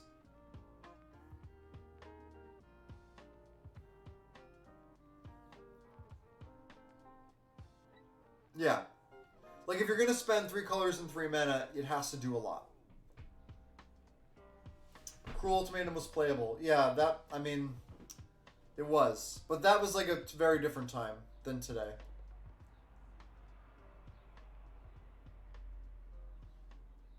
Like, Grixis has just had a hard time, like, closing the game out.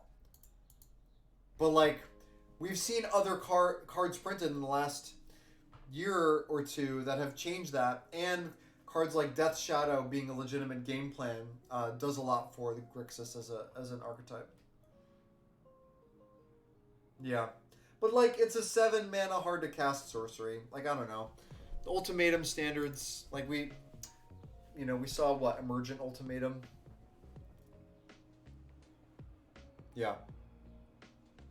It's just Jund.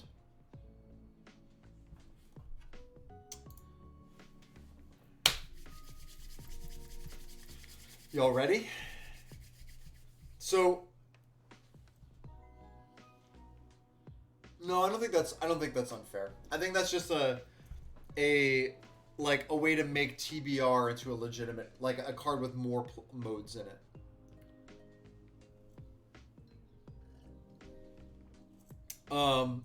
Okay, let's talk about Obnixilis. So, if you have money to spend, I would probably buy some of these. I'm not saying you should invest into it, but you should probably own these cards. This card. You should own this card. This card is... So, I've like talked a lot about this card in Discord. And Dan Funchalot has played this card already in Cockatrice, testing it in Modern. And I had my doubts, only because I don't doubt the power level of this card initially. My doubt was like, is my cube doing what this card wants me to do? Like, do I want to, like, play a card that, like, makes devils, drains a little bit, can make a copy of itself, wants to sacrifice a creature, can sometimes, like, fireball somebody for 7. Like, these all sound like good things that you can build around and construct it. But I wasn't sure if it was something that I could play in my cube, because I didn't think it lined up well. Like, it was outside of the realm of my archetypes. And then... Ooh, what's this music? Is this like one of those Final Fantasy mixes? Some of this music is so random and I love it. Sorry, I got distracted. So... Dan tested this in some fair decks and came right back and said, this card is just good. Generically powerful. In that it doesn't take a lot of setup at all to make this card extremely punishing to certain strategies, and has more play than I thought. You need to change the realm of my archetypes. Yeah, I mean, that's part of the reason why we cube, right? So we can adjust, we can adapt, we can try new things. So one of the one of the things this card can really punish is reactive control decks. And by that I mean, like, if you can cast this early enough, it does beat counter magic, yes. Because Casualty copies it. So there's 2 copies of it on the stack. If they have 2 counter spells, that's different.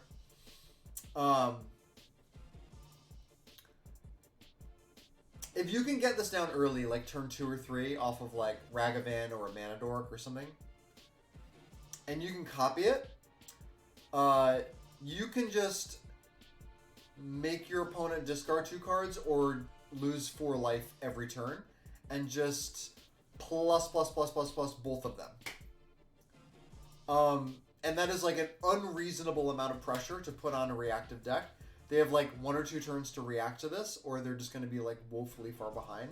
So like this can be an incredible way to attack reactive decks as a mid-range deck or even an aggressive deck.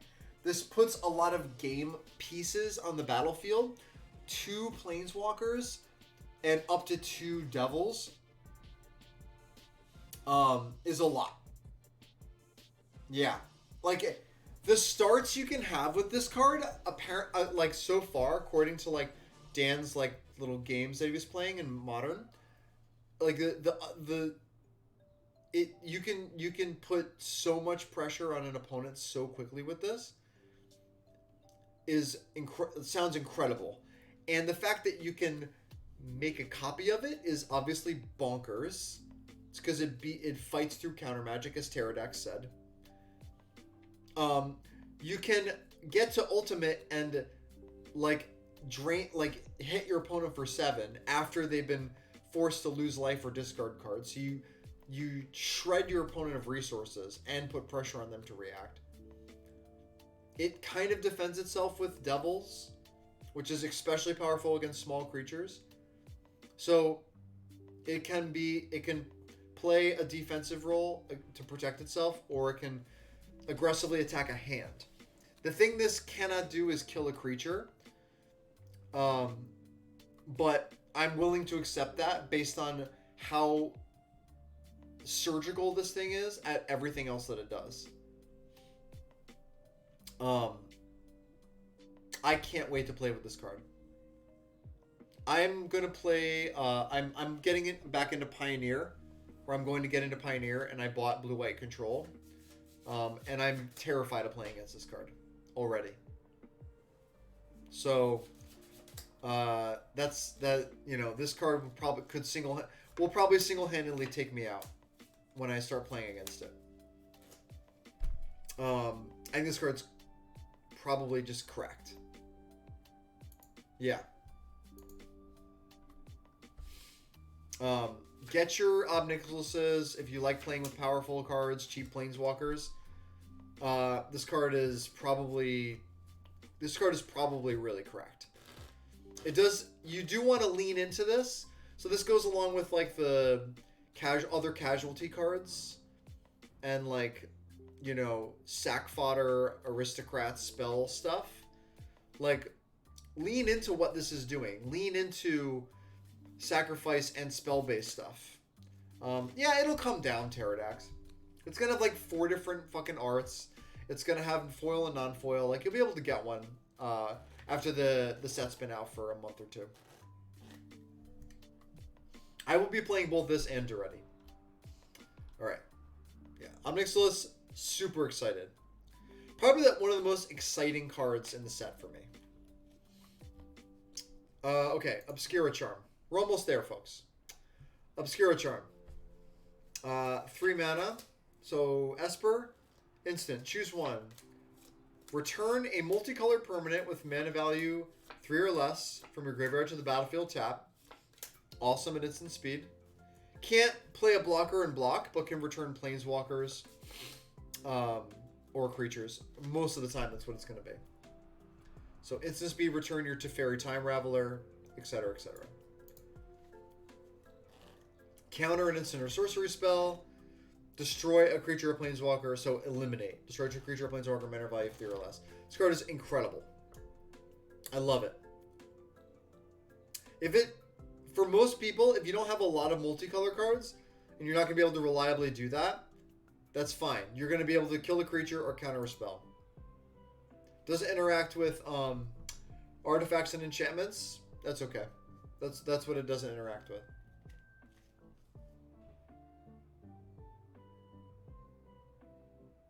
So funny, the best thing to get back with this card is planeswalkers, not just due to the power level of the card, but just that you are the most likely able to use. Yes, because you're Esper, so you're like more likely to be able to bring back a Kaya or a Teferi or something like that.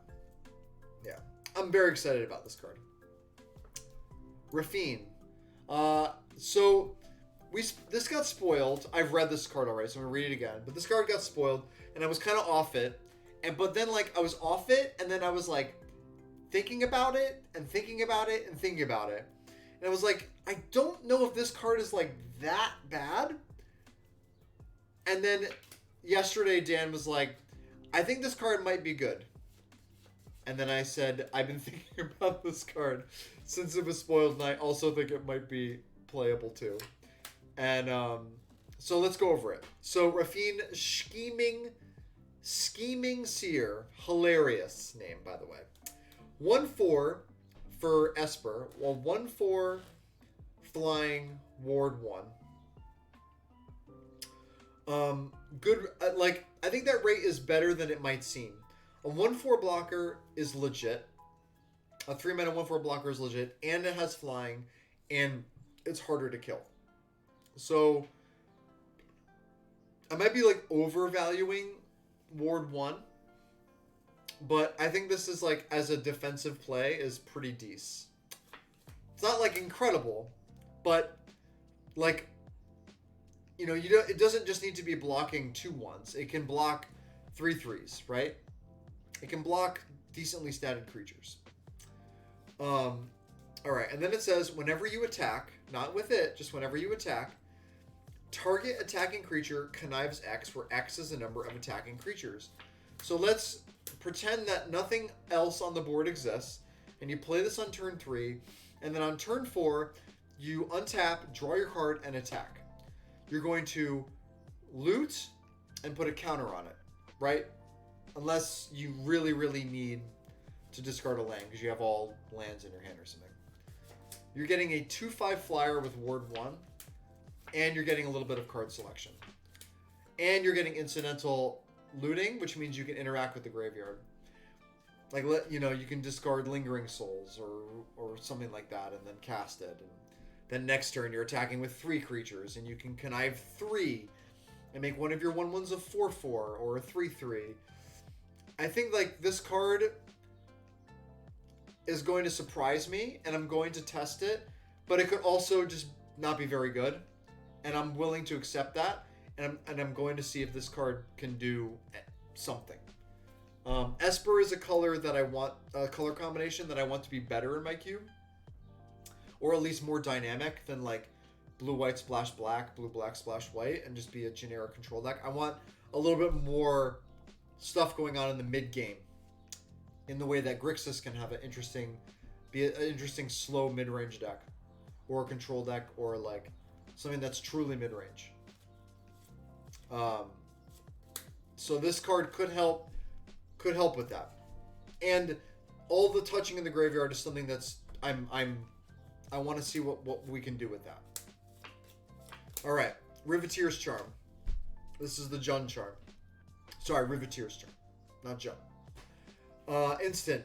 Choose one. Target opponent sacks a creature or planeswalker they control with the highest mana value among creatures and planeswalkers they control. This is Soul Shatter. For those of you who have not played with that card before, I've been very happy to play with this card in my cube. Especially if you play with cards like Thrun, True Name Nemesis, big planeswalkers. This card is a way to force your opponent to sacrifice those things. Is a lot more powerful than you might be giving it credit for if you don't already play Soul Shatter. So Soul Shatter is the first mode on this card. Exile the top 3 cards of your library until your next end step. You may play those cards. So during your end step, cast it, flip over the top 3 cards of your library, untap, and you can cast you'll probably be able to cast 2 of them. Or play. So you can like play a land and a card or whatever. Maybe sometimes you'll be able to cast all 3. It doesn't matter. It's ostensibly a draw 2 to draw 3. So you have a refill mode and a reactive like removal based mode, and then you have exile target player's graveyard, which is what Jun Charm did as well, right? The original Jun Charm. Here, let's look it up.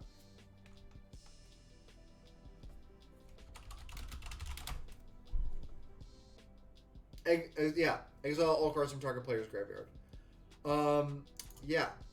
This card does a lot of things in my cube, like card advantage, interacting with all the shit that happens in the graveyard. Yeah, the original Junk Charm is pretty decent. And then kill a giant planeswalker or a big annoying creature like a Murktide Regent or whatever, some big ass fucking creature. I think this card has a lot of flexibility in my cube, and I think the modes are different enough that the card has a lot of play to it. I'm really excited to try this. Snooping Newsy. This was the card that, going back to the mana value and graveyard matters shit that blue-black apparently has, or Obscura. This is a 2-mana 2/2 ETB mill 2 cards. And then if there are 5 mana values in your graveyard, it's a 3/3 with lifelink. So on turn 8 or 9, when you finally have that and you've gone through all those hoops, you get a 3/3 with lifelink. That is dog shit. This card could have been fucking cool. This card could have been like a little more pushed, a little more easy to get that shit online, but no. That 5 mana value thing, it drives me up the wall. I can't stand it.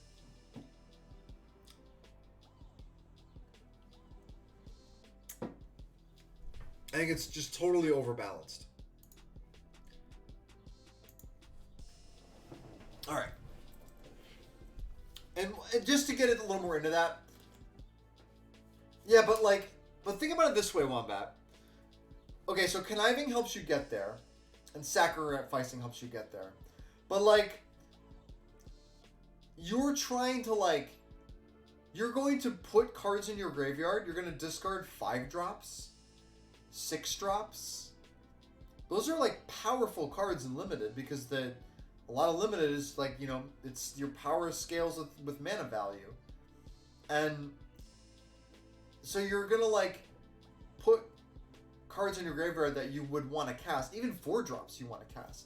And then your upside, your payoff for working for that hard is you get a 3/3 lifelink for 2. I just don't think that juice is worth the squeeze. Maybe I'll be wrong and I'll play this format and it'll be fine. But it's going to come on. If it comes on, it's going to come on late. Or you're going to be sacrificing real cards in your deck to convert them into a small benefit on 1 card. Sure, that would be great. Or the 3-mana 3/1 in black that when you exile from your graveyard, you draw 2 and discard 1 or something. Yeah, we thought Delirium would be tough. Delirium was not a problem. Even in that limited format, and obviously in Constructed, it's not a problem. This feels like a much bigger hoop to jump through. The difference between 4 and 5 is big. So, we'll see. Okay, Giant Demon Dragon. Do I really need to read this? It's a 6-mana 6/6 dragon. At the beginning of your end step, you sack a creature. If you do, it deals damage to that creature's power to any target, and you create 3 treasure tokens.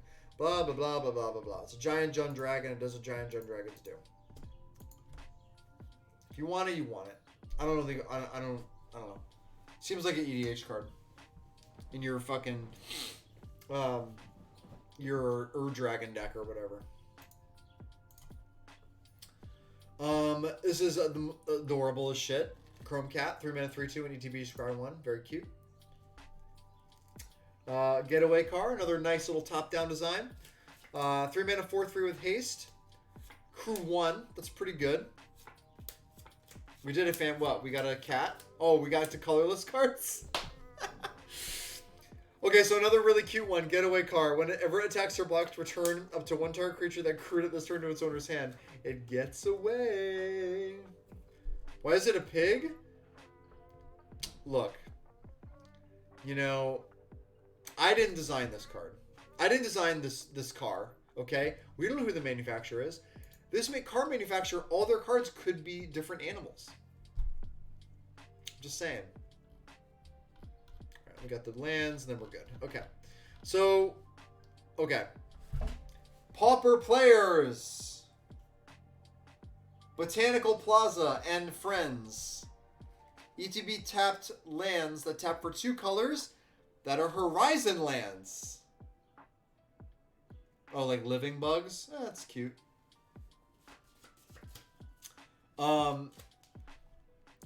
These are incredible. Incredible pauper lands. I love them. I love them to death. Maestro's Theater, it's evolving wilds, but it sacrifices itself immediately. And only gets 3 different card types, and you gain a life. They're gas. Gas! These cards are incredible. No, they wouldn't be too busted. I think they'd be fine. I think these are a lot better than Campus's Pterodax. The special art on the pauper lands are incredible. Where are they? They're probably down there somewhere. 11 out of 10, yeah. It's the skyscraper art, right? Alright. Last card cycle. The Triomes. The other 5 Triomes. Ladies and gentlemen. Guys, gals, non-binary pals. These cards, if you open them in paper, do not sell them. Hold on to these cards. Have you seen the prices of the Ikoria Triomes? These cards are going to be worth more than when you open them. They are good. They are very good. They will be desired forever in Commander, Modern, and Pioneer. Do not sell these cards. I bought all of the extended art foil Triomes from Ikoria for like $20 to $30 each. They're now all... Some of them are actually now pushing $50 each. Yes. Everyone wants these. Do not sell them. They are good cards. I'm sorry to just keep saying this. Don't fucking sell your Triomes. Just put them away. Somewhere. I will have all of them. The lands are beautiful. BioShock alternate arts. I can't wait to see these foils too, y'all. I don't know who else is a foil lover here. I can't fucking wait to see these in foil. Holy shit. I'm going to cube all 10, but I have an incredible amount of multicolor, and I love playing with 3-color cards. I'm cubing all 10.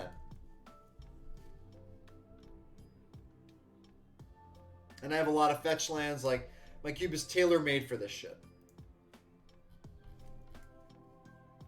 Yeah, look, I mean, look at that. With the common ones. Why is Scryfall taking so long?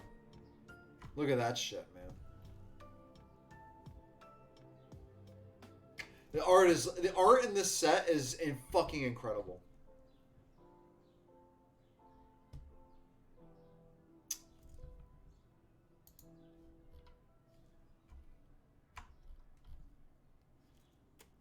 Stunning.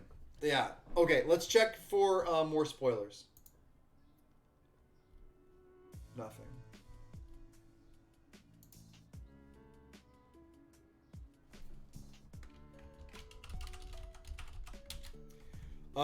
I have some news. I guess. Hold on. Okay, so now that, okay, so I commissioned somebody to make me to do all my branding. And we're starting to make some real progress.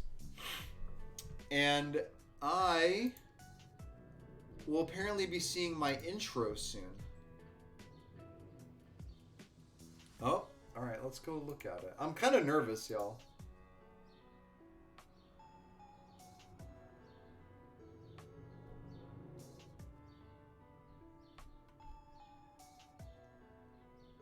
Oh, there it is. Hold on. All right. So, y'all, I'm seeing this shit for the first time. This is my, I guess, my intro. I guess he posted it. Whoa, that's intense.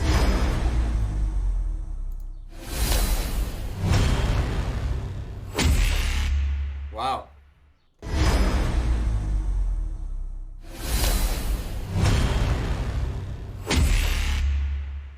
Music is kind of intense. I don't know, it might be too intense. Yeah, this is my new logo.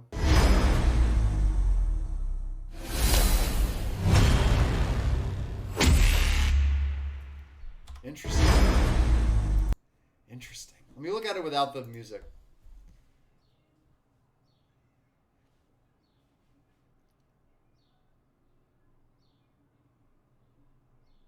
I mean, I picked out this logo, or we worked on the logo together. Music's kind of intense, though.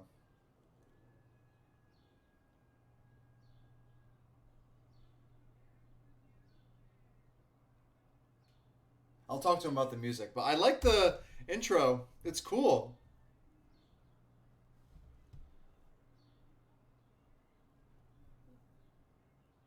Well, I wanted it to be like, I wanted it to be a little darker, but like a little more accessible, like a warm, welcoming, but darker. So I didn't know it was gonna be this like kind of steel, hard edged kind of 80s feel to it. Cool. Yeah, I'm gonna talk to him about it. It's pretty cool. Very gritty, which is fine. Like, I'm good with that. Cool. Chef's kiss. Sell me on kombucha? Why?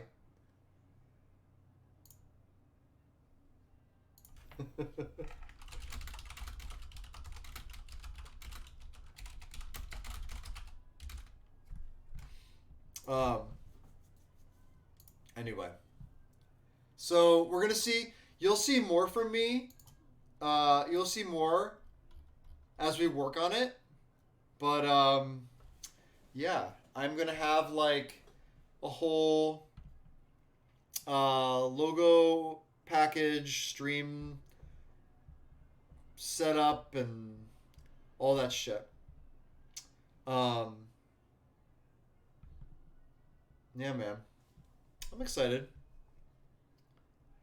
It's cool to like actually see something come out of it after a couple months.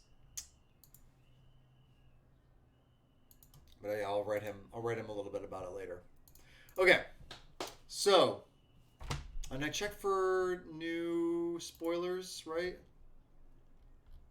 Let me see.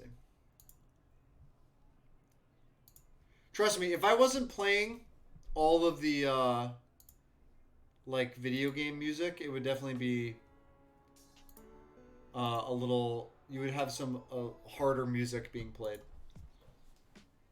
I love music and I listen to a lot of different shit, but I just have such a fear of like my stream getting flagged or my VODs getting flagged that I just play, royalty free music.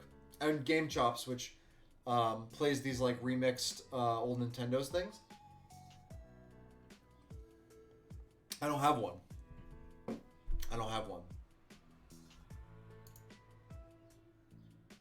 Oh, what are you into right now? Oh, music wise. I think you wrote, what is your intro right now? What am I into right now?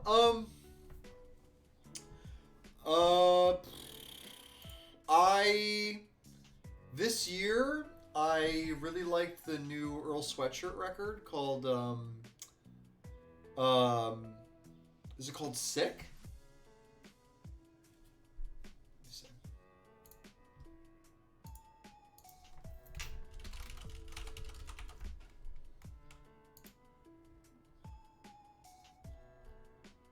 Yeah, it's called Sick. Yeah, I really like the new Earl Sweatshirt record. I've been pretty big into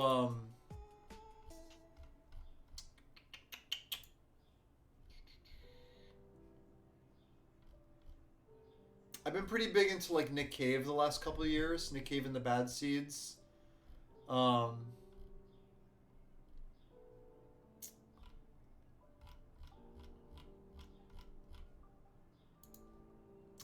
new stuff I like. I like Phoebe Bridgers is pretty good. I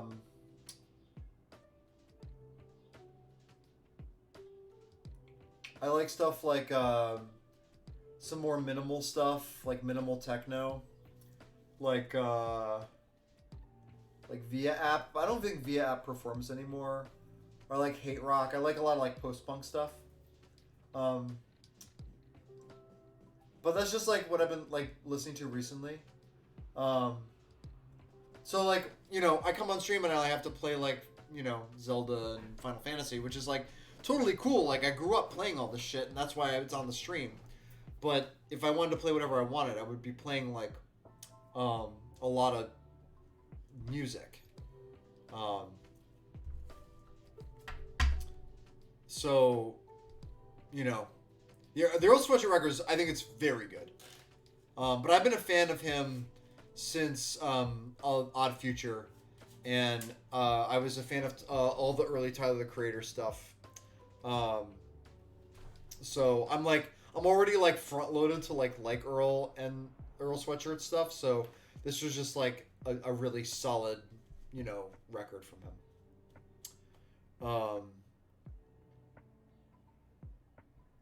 Yeah. So I don't know.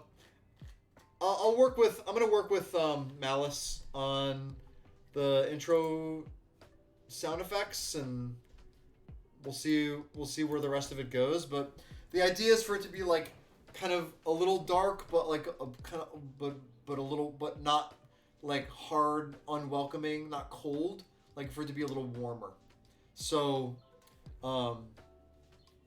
we'll see how that goes. I'm really excited about it. Just have a whole streaming package and to have like a form of branding would be really nice. Yeah, that was a little sneak peek into that, which is kind of fun. All right. To talk about anything else? Has anybody played the Mardu Cube? I haven't played the Mardu Cube. Yeah, man, moves on branding. I got things I work on with the stream. You know, I want it to be more than just this. Eventually. Yeah, you and Matt and Opa are kind of killing it right now, right? Yeah, I mean it's a mid-range cube, so like there's things that are good. There's things that are like there's ways to draft and play and build decks that are like very. I don't want to say it's like necessary, but there's like Signet into Planeswalker, into 2-for-1, into Sweeper, into Value card. Yeah. No blue and no stack interaction means like all that stuff just kind of happens. I haven't played it. I haven't really been all that interested in it. That's cool. You know, I support Winota in my main cube. I think Winota's a lot of fun.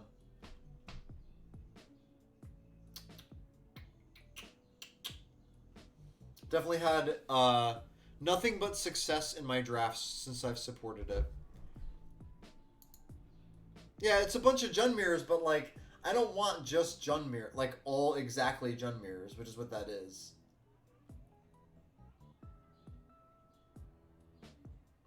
Like there's a tolerance point with that stuff that I've become more sensitive to it over time, where like I have less of a tolerance for it.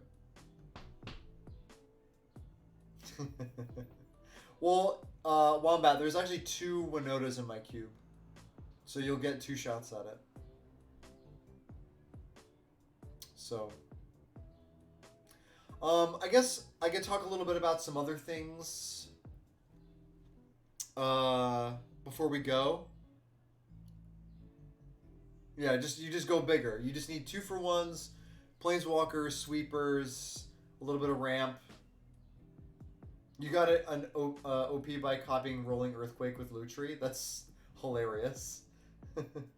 Coffers and Urborg. That's pretty hot, actually. That's a good little combo. That's the kind of thing that's possible in a Mardu cube and not in like just a 5-color cube. But that's very cool. Other things I'm working on. So I have to update. I got more playtesting done of my bar cube, and I have to update it. But all my playtests have been very positive.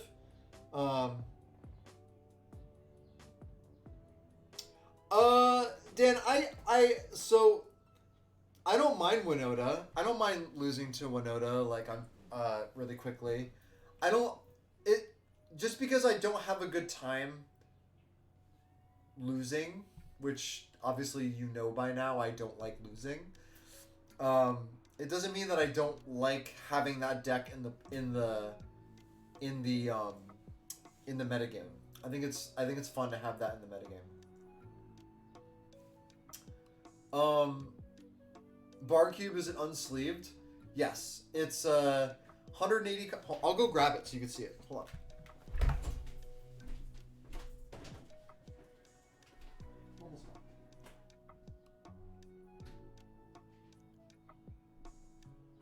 Maybe like 15 minutes.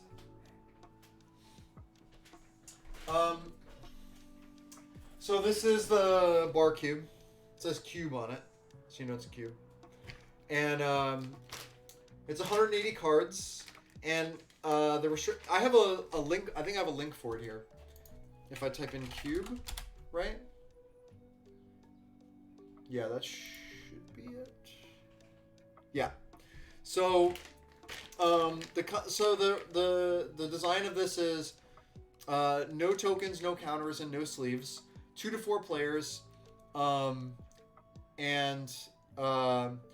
I errataed some cards to add learn and lesson to them. So there's a big learn lesson dynamic in the cube, and you can build like it's just designed to be just quickly draft and play while we're hanging out at a bar or like hang out at a convention or just like at home. And it's like build your own Baneslayer with like mutate and bestow and reconfigure. There's like a kind of dirtily 5-color stuff you can do. There's a lot of morphs in it. It's fun, and the games go pretty fast. Like you can draft and play a set of 3, a match of 3 in under 40 minutes. I thought of a mean idea for a bar cube. It's probably too much bronze counter for fun stories. That's true. Storytime cube is fun. Complexity. There's issues of complexity on some of the cards. Like if everyone's like getting drunk, for instance, like you don't want things to get too complex. You know. So I'm trying to find a little happy medium with that in my next round of playtests. But so far it's been pretty fun. It's very casual. You can play spiky, but it's pretty fast paced and it's all about combat.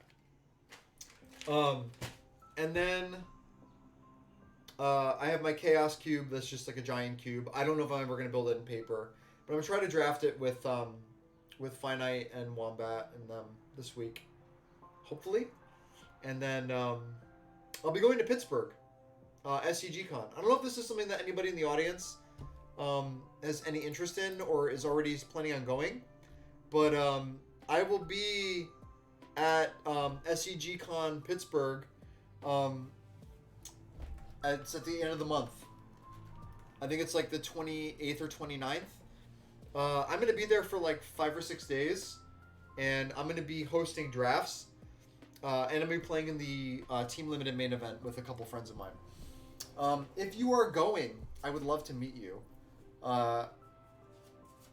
And so don't be afraid to like reach out to me or at me on Twitter or send me a DM or whatever the hell you need to do. I want to meet other Cube people and I want to just fire off some drafts while I'm there. So definitely reach out to me. I will be reaching out to other people too, to try to get some stuff going. I'm not going there just to play Cube though. I'm definitely like, I'm building a Pioneer deck. I'm playing the limited main event. Like the OP announcement definitely like gave me a little bit of fire to start competing, which I love competing. It has been the primary drive of my engagement with Magic over the last 10 years. So, I'm going to be doing more of that over the next year. I don't know how often I can try to queue for Atlanta, but I'm going to try to queue for Atlanta for the regional championships. So I have to start playing Pioneer, which should be pretty fun. It looks like a fun format. Anyway, I think that's going to do it. It's been almost 3 hours, and everyone's been really great hanging out and talking New Capenna. So plans for next week are hopefully, I think by then we should have the full spoiler so we can finish spoilers and go over the kinds of cards I'm looking to add to my cube. I think that should be pretty fun. We can just engage more with this stuff, and I'll post on Twitter anything that I'm feeling really excited about. And yeah, thanks for hanging out with me. Thanks for talking Cube. And as always, I appreciate all of you so very much. And I will see you in a week.